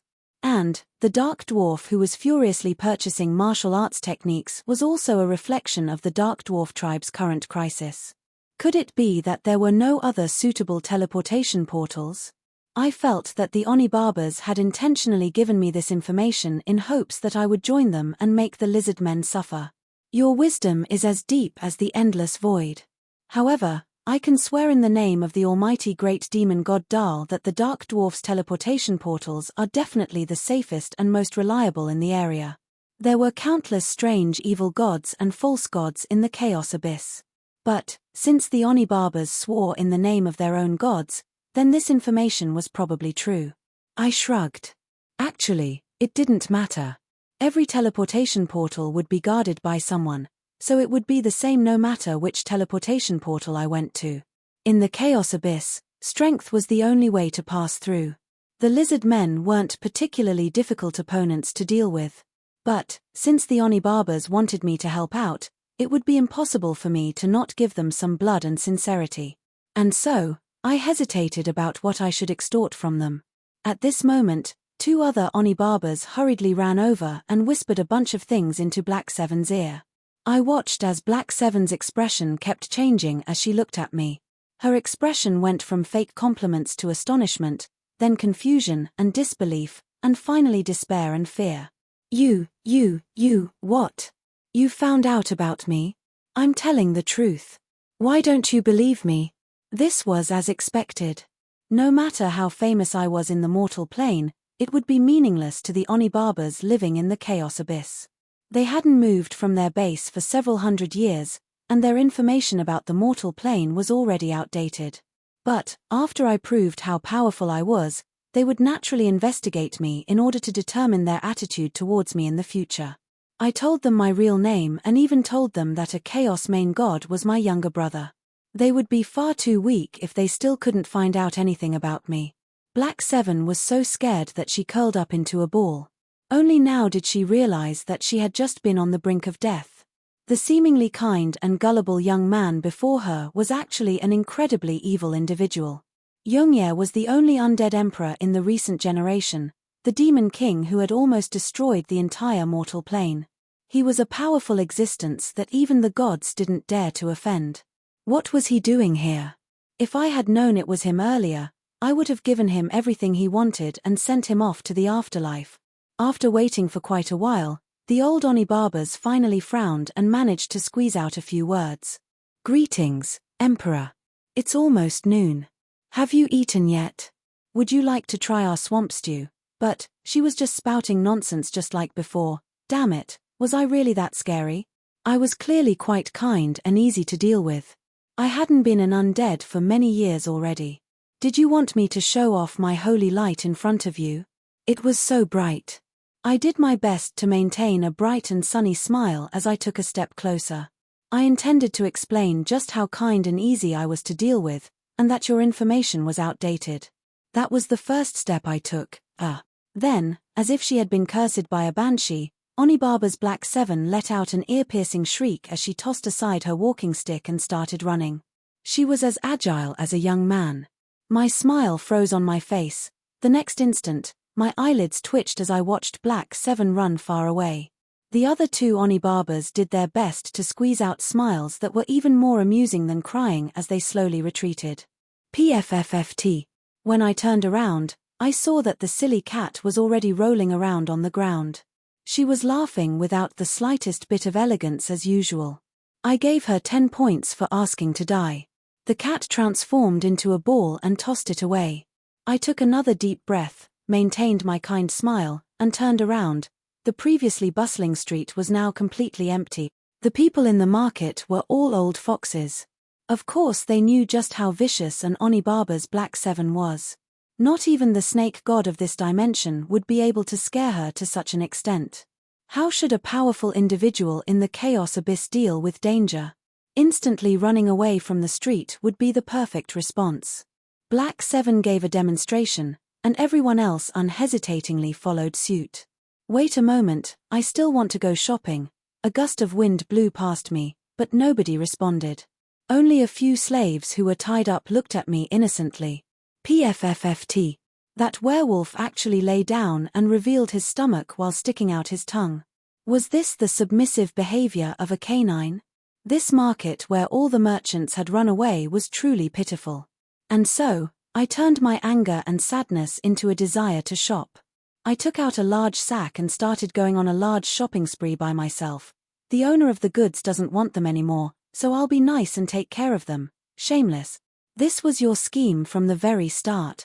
Even my system can't bear to watch this. Chapter 563. Why do I feel like you're having a better time in the chaos abyss than in the mortal plane? You aren't usually this bored, right? Perhaps, after leaving the mortal plane, there'll be no more worries or pressure. Don't you feel like every morning when you wake up and don't know what you're going to encounter? This feeling of anticipation is just like going on vacation. A vacation in the chaos abyss? I can't believe you thought of that.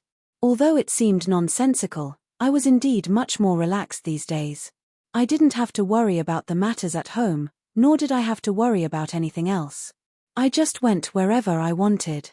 If it wasn't for the fact that I still had some troubles to deal with in my schedule, I would have long since been overjoyed. It's more or less the same now. He purposely leaked his name because the journey was too lonely and wanted to find some companions. Nobody believed that the Onibabas would help me keep this a secret. After suffering a loss at my hands, it would be incomprehensible if the Onibabas, who were famous for being petty, didn't take revenge. The cheapest and most effective way to take revenge on a powerhouse that he couldn't handle was to inform his enemy. And, it seemed that I had many enemies in the chaos abyss. The Rose Divine faction, even though she herself had died, and her subordinates counted. Right, I had previously offended the elves so badly. Plus, now that I had become a chaos main god due to Harlois, the elf main god would definitely hate me as well. Plus, I had also offended a group of chaos main gods and their subordinates back in the Hades. It seemed that there was no chaos main god that wasn't my enemy. I don't even have enough to use my fingers and toes. Forget about it, there's nothing wrong with treating anyone who comes as an enemy. Is there any place in the chaos abyss that isn't hostile towards outsiders? I've seen all kinds of cultivators' suicidal behavior, and I can understand your desire to quickly increase your strength, but aren't you afraid of losing it? This isn't the mortal plane where the upper limit of power is locked. If you encounter a main god who can use his full power, it will be difficult for you to even escape. I shook my head. If it had only been one main god, I wouldn't have been afraid. I had plenty of trump cards in my hands. Even if I couldn't win, I would at least be able to escape. No matter how bad the situation was, there was still a sovereign in that bugged world. Wouldn't it be possible to drag him in and perish together? And for two sovereigns to come at the same time, they really think too highly of me. I'm not that valuable. However, as soon as the words left his mouth, he felt that something was wrong. It was as if he had been cursed. Don't tell me I jinxed it again. This ominous feeling, a child's words carry no harm. The wind blows it away. While I was seriously trying to figure out which opponents could bring me great trouble, Harlois, who was taking advantage of the chaos to mock me, was snickering on my shoulder. Can you be more serious? We're at war right now. The giant dragon's angry roar was right in front of us, but the black cat and I continued to leisurely stroll behind it. Even though we were in the middle of a battlefield, this kind of opponent was truly unfathomable. We had already arrived at the Bloodspear tribe's defensive perimeter. However, the enemies before us weren't even lizard men, but rather some enslaved inferno dogheads. These chirpy little things are said to have the bloodline of giant dragons. After demonizing them, they are able to perform 2 types of surgical techniques. The number of professional witch doctors and warlocks is also much higher than that of humans. However, despite their outstanding bloodline, they are still the slaves of other races. The reason for this is still the unique characteristics of their race. Get lost, you worms. The giant dragon Harkers was an excellent cannon fodder, contracted companion. He roared angrily, causing the inferno dogheads to flee in all directions while barking. The sword-wielding inferno dogheads covered their heads and ran like rats. The crossbow-wielding inferno doghead warlocks dropped their weapons. The inferno doghead warlocks were so scared that they covered their heads and ran like rats. Some of the inferno dogheads even rolled on the ground as they ran, their eyes rolling back into their heads as they frothed at the mouth. This wasn't because Harkers had done anything to them. They had simply fainted or been frightened to death. The average inferno dogheads were less than 1.2 meters tall, and they were quite vicious when fighting with the wind. They were also quite skilled at using traps and sneak attacks. However, if they met a powerful enemy, they would only need to kill 2 inferno dogheads that were tanky to begin with, and it would be quite easy for them to flee. Not only that, the semi-dragon bloodline would be suppressed by a true dragon. Harkers' draconic might instantly caused the already cowardly inferno doghead army to collapse. Such opponents probably won't even be enough to farm fate points. A glorious victory. You've obtained 10,000 fate points. Did you really think that I would say that? These inferno dogheads won't even get 10 fate points. Let's work harder. TSK, the Chaos Abyss isn't strong enough either. A damned place like the Chaos Abyss wasn't a level-specific grind zone. What kind of opponent one could meet would depend on one's luck. If an evil god and a purgatory kobold were in the same monster zone in the same dimension, how long one could survive usually didn't depend on how strong one was. Instead, it depended on one's luck. Right now, I was in urgent need of fate points and practical combat experience. Rather than relying on luck to farm monsters, I might as well toss out my name and have the monsters come find me. After robbing the Oni Barber's market, and having a friendly conversation with the Oni Barbers, I immediately left. I had brought a bunch of goods with me. Would I be waiting to be robbed if I didn't leave? I then intended to go talk to the Dark Dwarfs and borrow their teleportation portal. However, I didn't even get 2 steps away from the Dark Dwarfs' territory when a large group of inferno dogheads barked at me. And then, I closed the door and released the dragons. The inferno dogheads were all wiped out, and I obtained a glorious victory. Then, my system told me that I wouldn't be able to earn any fate points. These are only the patrols on the outskirts. We've already been discovered. Since the Bloodspear lizard men have sealed off the valley leading to the Dark Dwarfs' territory, it would seem that the lizard men have decided to take action. Perhaps the news that the Dark Dwarfs had obtained a secret martial arts technique was the final straw, or perhaps it was simply that the time was ripe. It would seem that the lizard men didn't intend to wait any longer. Their subordinate tribes were sent out as cannon fodder to patrol the outskirts. It was likely that they were already fighting against each other inside. Just as Harkers was about to give the inferno dogheads a final dragon breath attack, I stopped him.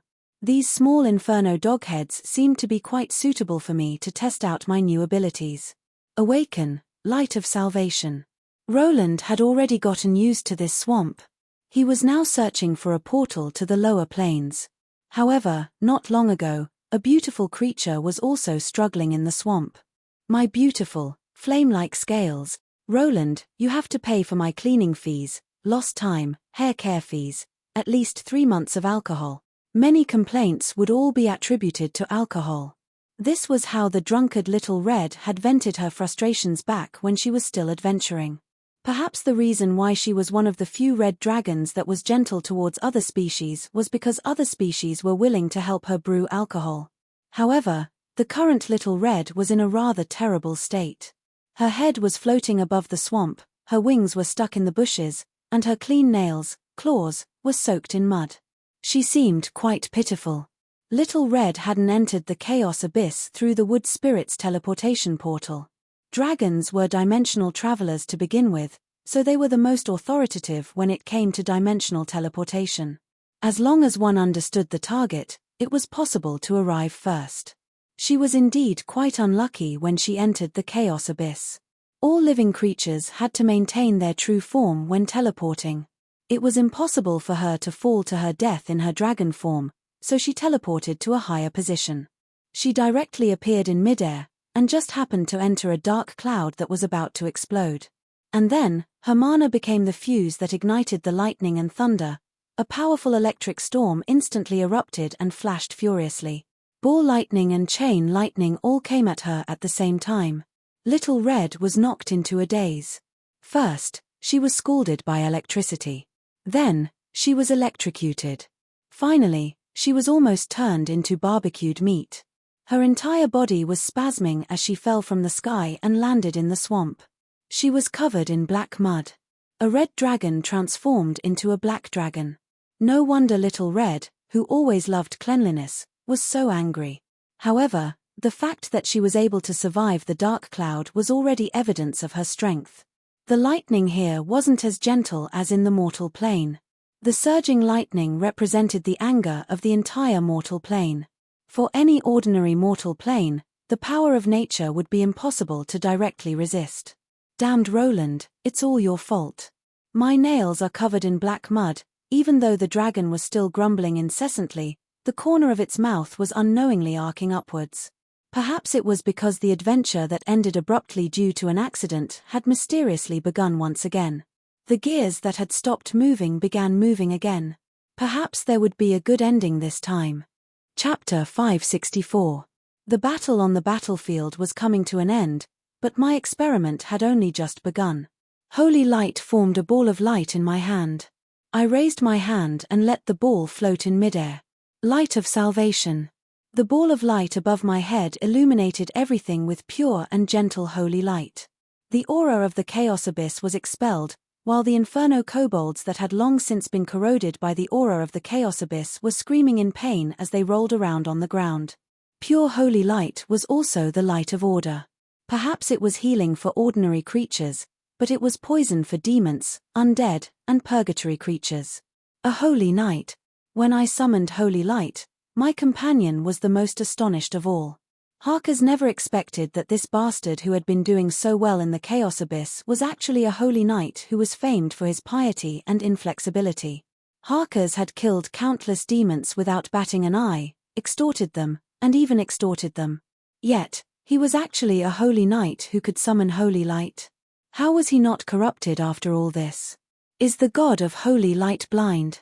It would seem that Harkers, who had been hiding in the chaos abyss, only knew about the past. Neither he nor the Oni Barbers knew that there was another type of holy light in the current southern sect. But there's still no need to use holy light to roast these inferno kobolds to death. This holy knight is even more vicious than a black dragon, but what happened next shocked him even more. What he saw completely changed his understanding of the world. The inferno kobolds that were rolling around on the ground didn't turn to ash in pain.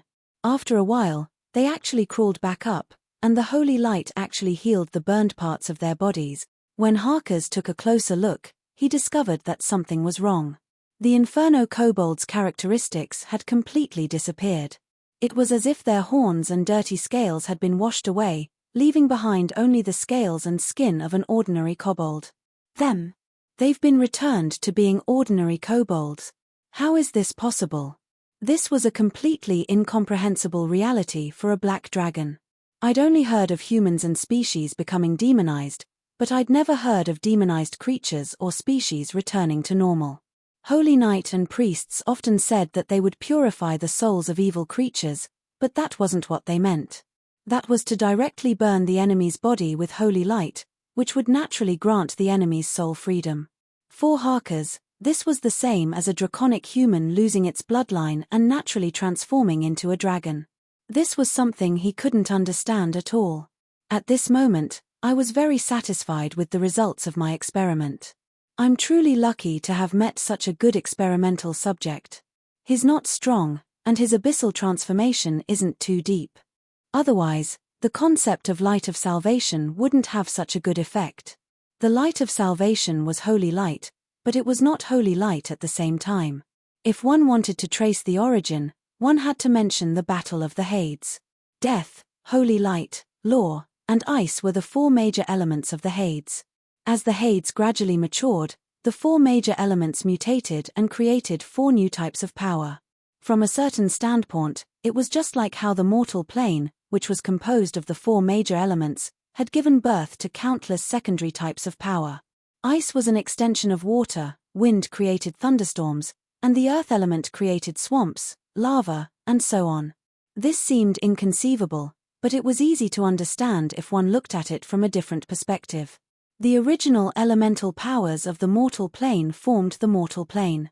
However, the more the mortal plane matured, the more it changed the elemental foundation to become more suitable for itself. Gradually, similar yet completely different elemental powers appeared in the mortal plane.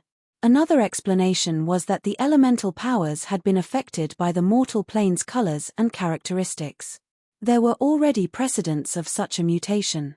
The power of Hades, which evolved from the power of death, had already established a bridge between death magic and law incantations. All sorts of powerful law incantations and curses were now being developed. How could the holy light of the Hades, the land of the dead, not change? This is the light of salvation. The new light of salvation was much gentler than the old light of salvation. If the old light of salvation was about cleansing, forcefully wiping out anything that didn't conform to the natural laws, then the new light of salvation represented correction and reversal. It would gradually erode the unnatural parts of the target and then modify them. Since the southern sect's holy light users used the god of dawn, one of the four pillar gods of the Hades, as their divine power server, their holy light was gradually changing. In actual combat, this new holy light had weaker attack power and was far less effective against the undead and demons than the old holy light. However, it had many wondrous uses. During an accident, a half-undead that was already infected by the undead calamity and was about to turn into a zombie was about to be cleansed. However, the holy light was reborn, and the half-undead parts returned to their physical bodies. It would have been understandable if she was a powerful individual, but she was just an ordinary farmer's mother. From then on, this new pure holy light attracted the attention of countless holy light job class members. Perhaps it was because of this miraculous redemption that the light of salvation came to be called the light of salvation. A golden tower of light guides the undead through the infernos. They can redeem their sins in the various infernos. No matter where they are, the undead can look up at the tower of light above their heads and desire the opportunity to enter the cycle of reincarnation again. Perhaps this was because the new god of the Hades, the god of dawn, had reinterpreted holy light. Or perhaps it was because this power originally represented the path of redemption in the Hades. It was also because of this special characteristic that the light of salvation had such wondrous properties. The light of salvation's attack power against the undead and demons is only half of the original holy light. The effects are slow as well. If it was the same level of holy light, these inferno dogmen would have self-ignited long ago instead of rolling around in pain. However, this light of salvation's ability to gradually erode and weaken the undead might be even more suitable against powerful individuals. Through my experiments, I had already determined that this light of salvation's power was inferior to the original holy lights. However, after being diluted, it was actually able to spread even further.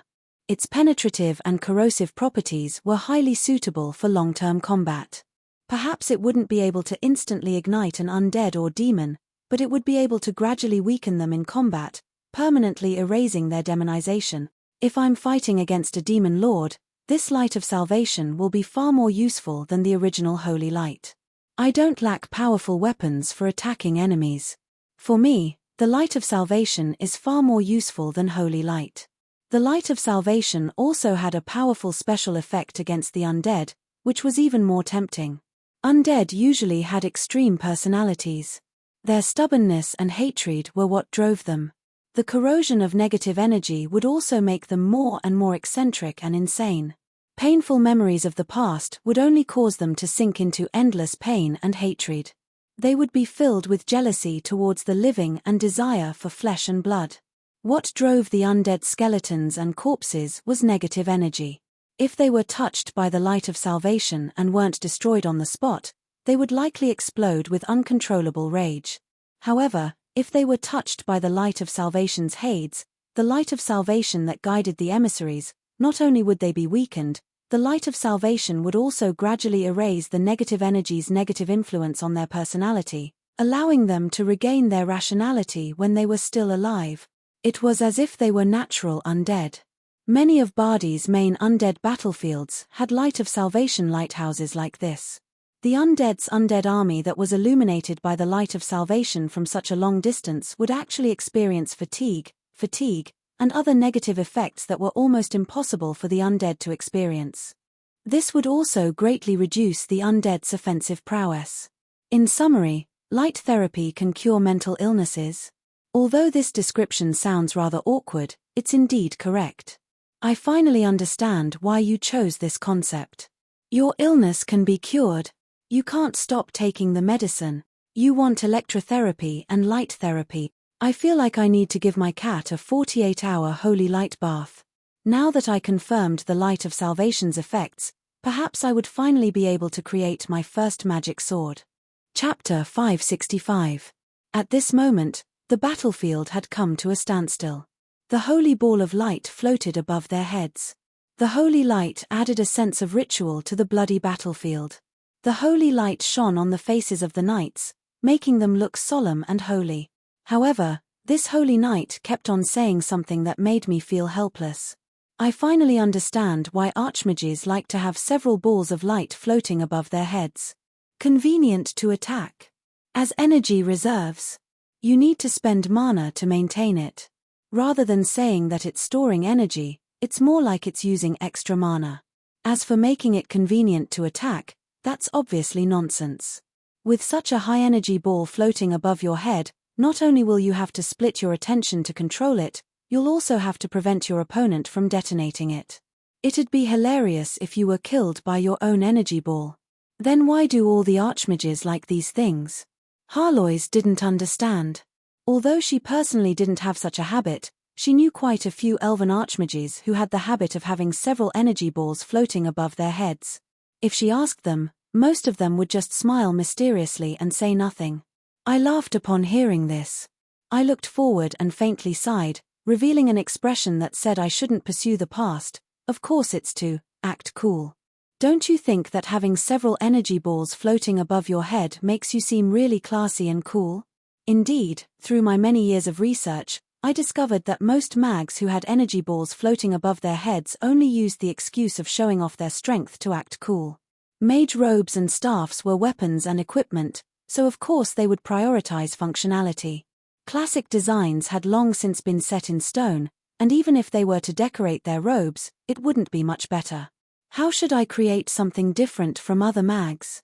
How about having an energy ball floating above my head? Fine then. I even knew an archmage who had 10 fireballs floating above his head.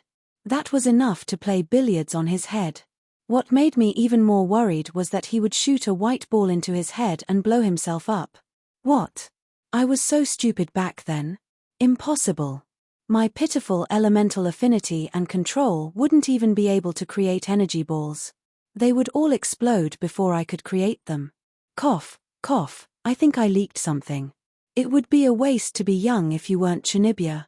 The most important thing was what you could learn during your Chinibya period. The lesson I have learned from this incident, back when I was still in the mage country, I once made a product plan. I used alchemy to create magic tools and made a few automatically floating balls. I then sold them to apprentice mags who couldn't float, and they could even choose the color they wanted. Harlois was shocked. How could this person be so shameless? But since this product wasn't really on sale, it probably meant that no one was selling it. How is it possible that no one wants to buy them? I've only been swaggering around with 2 balls, and I've already received a few hundred orders. Not only are there apprentices, there are also quite a few intermediate and advanced mags. It seems like those great mags are jealous of the way they float the balls. Heloise was even more puzzled. She had never seen such a product before. But that night, I received a dozen death threats. If I dared to sell such things again, I would fail my course, be expelled, be killed, or be fed to the dogs. These bastard archmages are actually monopolizing the market. Great mags are allowed to float the ball, but apprentices are not allowed to head the ball. Heloise's worldview was once again refreshed. These brats really knew how to play. And now, thanks to my outstanding affinity with holy light, I could finally complete the image of an archmage with a ball floating above my head. Archmages don't know how to use holy light, do they? The silly cat's comment was so annoying. Why didn't she get beaten to death? Yep, she was already dead. However, I summoned an ice mirror and took a look. The holy light ball floating above my head was indeed slightly different from what I had imagined. Rather than calling it an archmage, it would be more accurate to call it a holy light job class member. However, I suddenly had an idea. Rise, light of salvation. A second ball of light floated up, followed by a third, a fourth, and a fifth ball of light.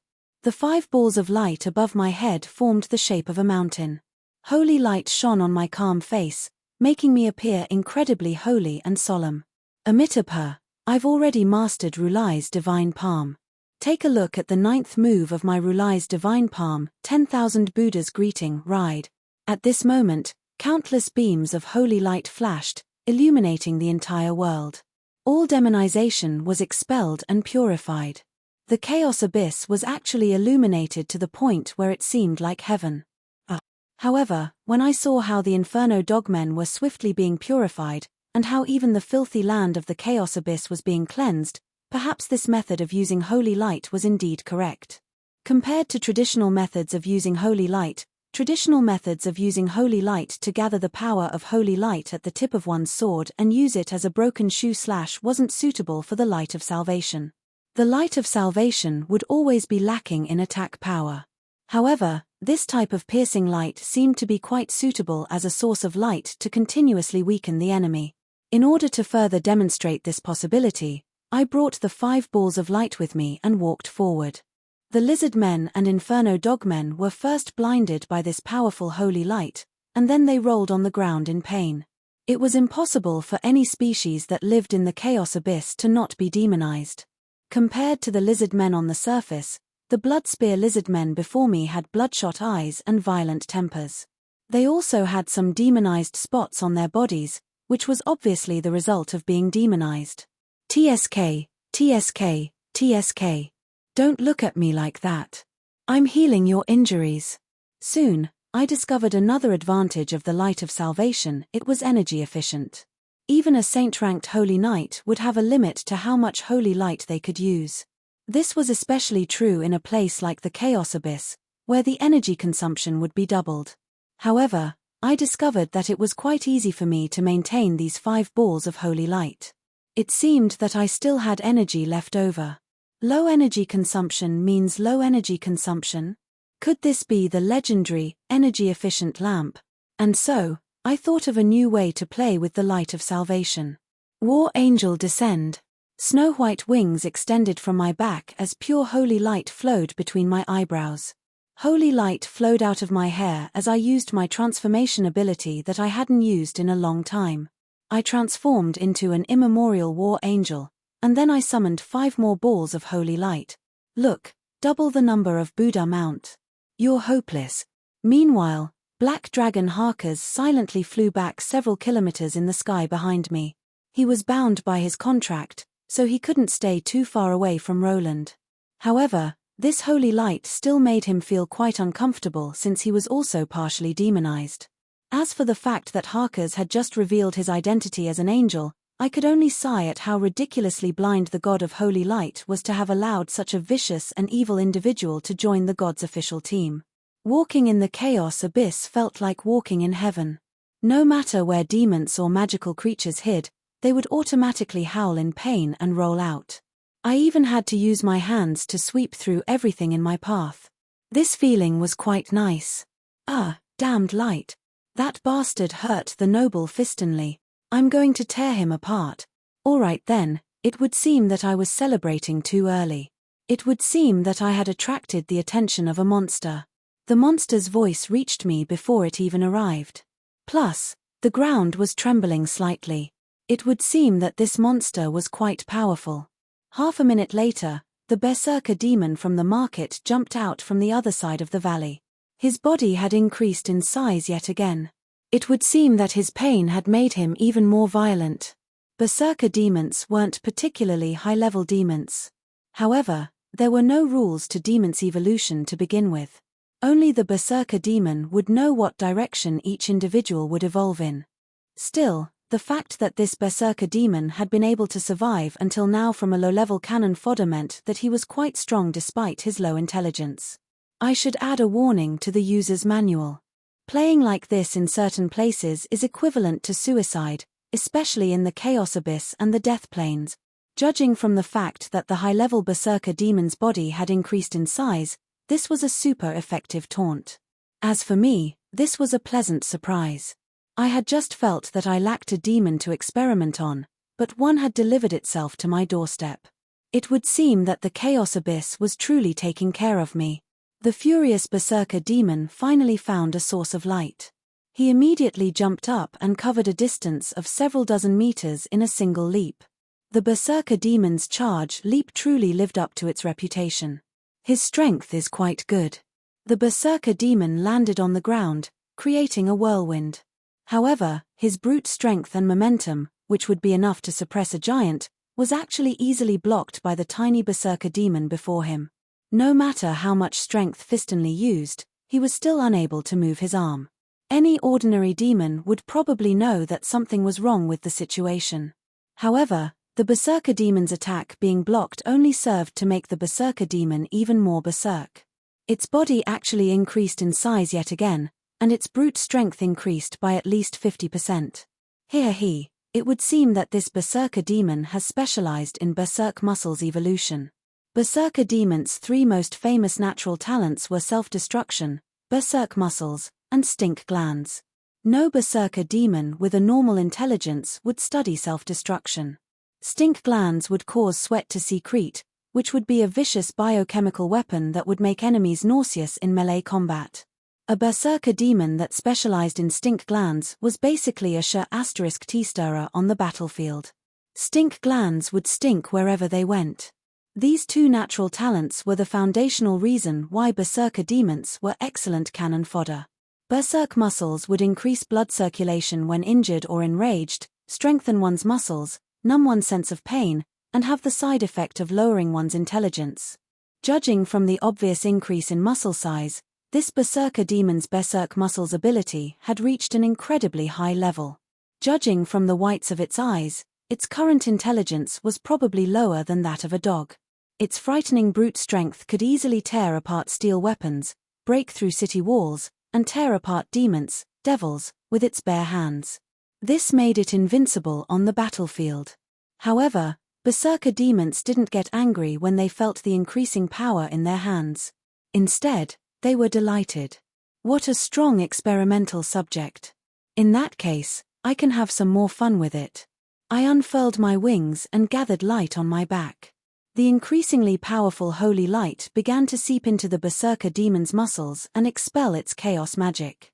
5 balls of light connected together, and a sky-covering pillar of light illuminated the entire world as if it were a lighthouse. Squeak. However, unlike the Inferno dogmen, the berserker demon was quickly ignited. Fierce holy flames burned on the surface of its body. The berserker demon howled in pain within this golden holy fire as its flesh and the power of chaos were both burned and purified. If this continued, it would be impossible for the berserker demon to survive. It would seem that purifying a pure-blooded demon created from the power of chaos will be impossible. That's to say, they're all products of the Chaos Soul's constant demonization. If I expel the power of chaos, what will be left? Snap.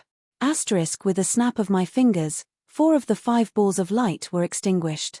The 9th technique of my divine palm, 10,000 Buddha's greeting, became the first technique, Buddha's light. It would be a pity to kill such a strong experimental subject in one go. TSK, TSK, TSK. Let me think. Should I cut it up first? Or dissect it first? Chapter 566. Dark dwarfs, or black Isoya dwarfs, weren't native to the Chaos Abyss. However, they didn't have a good reputation in the mortal plane either. As an incredibly ancient species, dwarfs were descendants of the Titan giants. They had many branches that could rival the elves. A single species would develop into countless branches, which naturally created their own unique culture. Since elves had a culture that focused on art and magic, it was only natural that dwarfs would have a culture that focused on alcohol, smithing, digging holes, and sculpting. As children of the earth, dwarfs were naturally excellent miners, smiths, and architects. In most dwarven society, no matter what type of dwarf they were, no matter if they were a tribe leader or a commoner, they would have at least one outstanding skill. If an adult dwarf couldn't wield a hammer to support himself, it would be impossible for him to survive in his tribe. Many dwarven tribe leaders and masters would be worshipped by their tribe. This wasn't because of their military achievements, but rather because of their outstanding work. This was a species that produced many masters. However, there were exceptions to every species. The black Isoya dwarfs were an exception. They weren't the most skilled at creating any kind of artwork or equipment. Instead, they were skilled at using their own war hammers and battle axes to chop off their enemies' heads. Apart from a very small number of blacksmiths and smiths, the entire tribe was made up of warriors. Under normal circumstances, dwarven tribes were quite capable of fighting as well. However, they definitely weren't a warmongering species. The foundational difference between dark dwarfs and dark dwarfs was that dark dwarfs lived off war. Dark dwarfs were originally mercenaries from the Dwarven Civil War. They formed their own tribe's culture after several hundred years of bitter civil war. However, they were unable to adapt to the peaceful times that followed. Instead, they started wars among other tribes, and were finally ostracized by all dwarven society. Highly militarized tribes, incredibly aggressive military tribes, and warmongering groups that were unable to adapt to peaceful environments. It was only natural that such a tribe would flourish in other planes. However, in the mortal plane, dark dwarfs' strong bodies and excellent dwarven weapons were undefeatable barriers. But in the Chaos Abyss, where demons were like dogs and mags were everywhere, dark dwarfs couldn't be considered a powerful tribe at all. And now, this warlord tribe, which used a symbol of a black war hammer and battle axe, had been attacked by the Bloodspear Lizardmen tribe. After passing through the Cynocephalize blockade, I retracted my holy light in order to prevent the entire screen from mocking me. I stood on high ground and saw a pitch-black fortress and city walls. Simple, crude, and unadorned yet abnormally sturdy, as if countless cubes and cuboid stones were piled on top of each other. This was probably a rare sight even among the dwarfs, who were known for their practicality. Judging from the obstructions on the tree trunks and sharpened wooden spears, these walls and garrisons had been temporarily reinforced not long ago. This also meant that this fortress had entered a time of war. I couldn't see the lizard men surrounding the city, but I could see the lizard men arrogantly standing guard at a nearby sentry post. It was obvious that they were keeping an eye on me. Their arrogant behavior told me many things. Nobody would want spies from an enemy species to be right in front of them. Since the spies hadn't been eliminated yet, it was highly likely that the dwarfs had been forced to the point where they couldn't fight anymore. If the situation was so bad, it would be quite reasonable for the dwarfs to be in such a hurry to purchase items that could strengthen their tribe. I paid a little more attention and saw through the lizardmen's arrangements. They were indeed quite sly. They didn't intend to forcefully attack us. I could immediately see 7 or 8 hidden sentries and an equal number of open sentries. The lizardmen's main blockade was the main road. Their targets were obviously the dwarfs and caravans that dared to risk leaving the fortress. There were several fields outside the dwarfs' fortress. However, the fields were still there, and the dwarfs couldn't see them anymore. If the Bloodspear tribe was forced to such a state, the dwarfs would only need to wait a little longer. It was likely that the dwarfs wouldn't want to starve to death, so they would have no choice but to voluntarily leave the heavily guarded fortress and die. No, You forgot about teleportation portals. The dwarfs can gather food from other planes. They should still be able to hold on. Perhaps the lizard men don't know, but they'll lose their patience sooner or later. Then, let's see how much the dwarfs can strengthen themselves by then and how many reinforcements they can gather. Harlois and I could both be considered wily old foxes. After analyzing the information we had, we came up with an inference that was quite close to the truth. And so, we weren't in a hurry. Since the situation was quite obvious, the dwarfs would become more and more impatient as time went on, which would make it easier for us to sell them for a good price. But what we didn't know was that there was someone on the lizardman's side who had the exact same idea as us. It was just that the person she was trading with was the dark dwarf's mortal enemy. You guys, go help the dark dwarfs. Remember to extort a bit more protection money for me. The mountainous evil dragon occupied half the mountain, and 3 adult black dragons were kneeling before it. Although the adult black dragons were nearly 10 meters long, they could only be considered immature children compared to the evil dragon. These 3 black dragons were all injured. One had a broken tail, one only had a single eye, and one of its wings was missing in half. It seemed that it was impossible for them to fly anymore. Judging from the blood on the evil dragon's claws, it was obvious who had injured them. But right now, the victims were obediently listening to orders. It was just that the one-eyed dragon asked a question. Esteemed lady, didn't you want the Bloodspear tribe's treasure? Why do you want us to help the dwarfs? TSK, how foolish. You don't even understand this. As expected of a countryside dragon? The outsider red dragon yawned and looked down on the native dragons here. Then, she elegantly spat out a mouthful of fire, burning the black dragons and causing them to scurry away. Learn a bit. This is the survival philosophy of us dragons. It's easy to meet with accidents by force, and there's always something missing. It's better to make them voluntarily hand over their treasures. Ha, you don't believe me? The 3 dragon heads vigorously shook their heads. Although they hadn't known each other for long, they already knew that the dragon queen before them was definitely a tyrant. Whatever she said was law. The big red dragon seemed to be quite satisfied with the black dragon's respect as she continued speaking. If the dwarfs aren't a bit stronger, my assistance naturally won't be of any use. If I don't force them to their limits, who knows what other treasures they're hiding? I don't intend to just eat up the lizardman's treasures. In our line of work, we eat up the plaintiff and eat up the defendant. Cough, it's normal for us to eat up the lizardmen and eat up the dwarfs. All of you better be serious. Not only do you want to clean up the dwarfs, when the time comes, you 3 against 1 on the battlefield, I'll go easy on you. Seeing how I look like I'm about to lose, those idiotic lizard men will also bring out some decent treasures. The elegant red dragon queen revealed her evil plan. However, the black dragons that were beaten up by the dragon queen seemed to have learned something from her. They felt that their past lives as dragons were far too simple. They only knew how to extort and collect protection fees.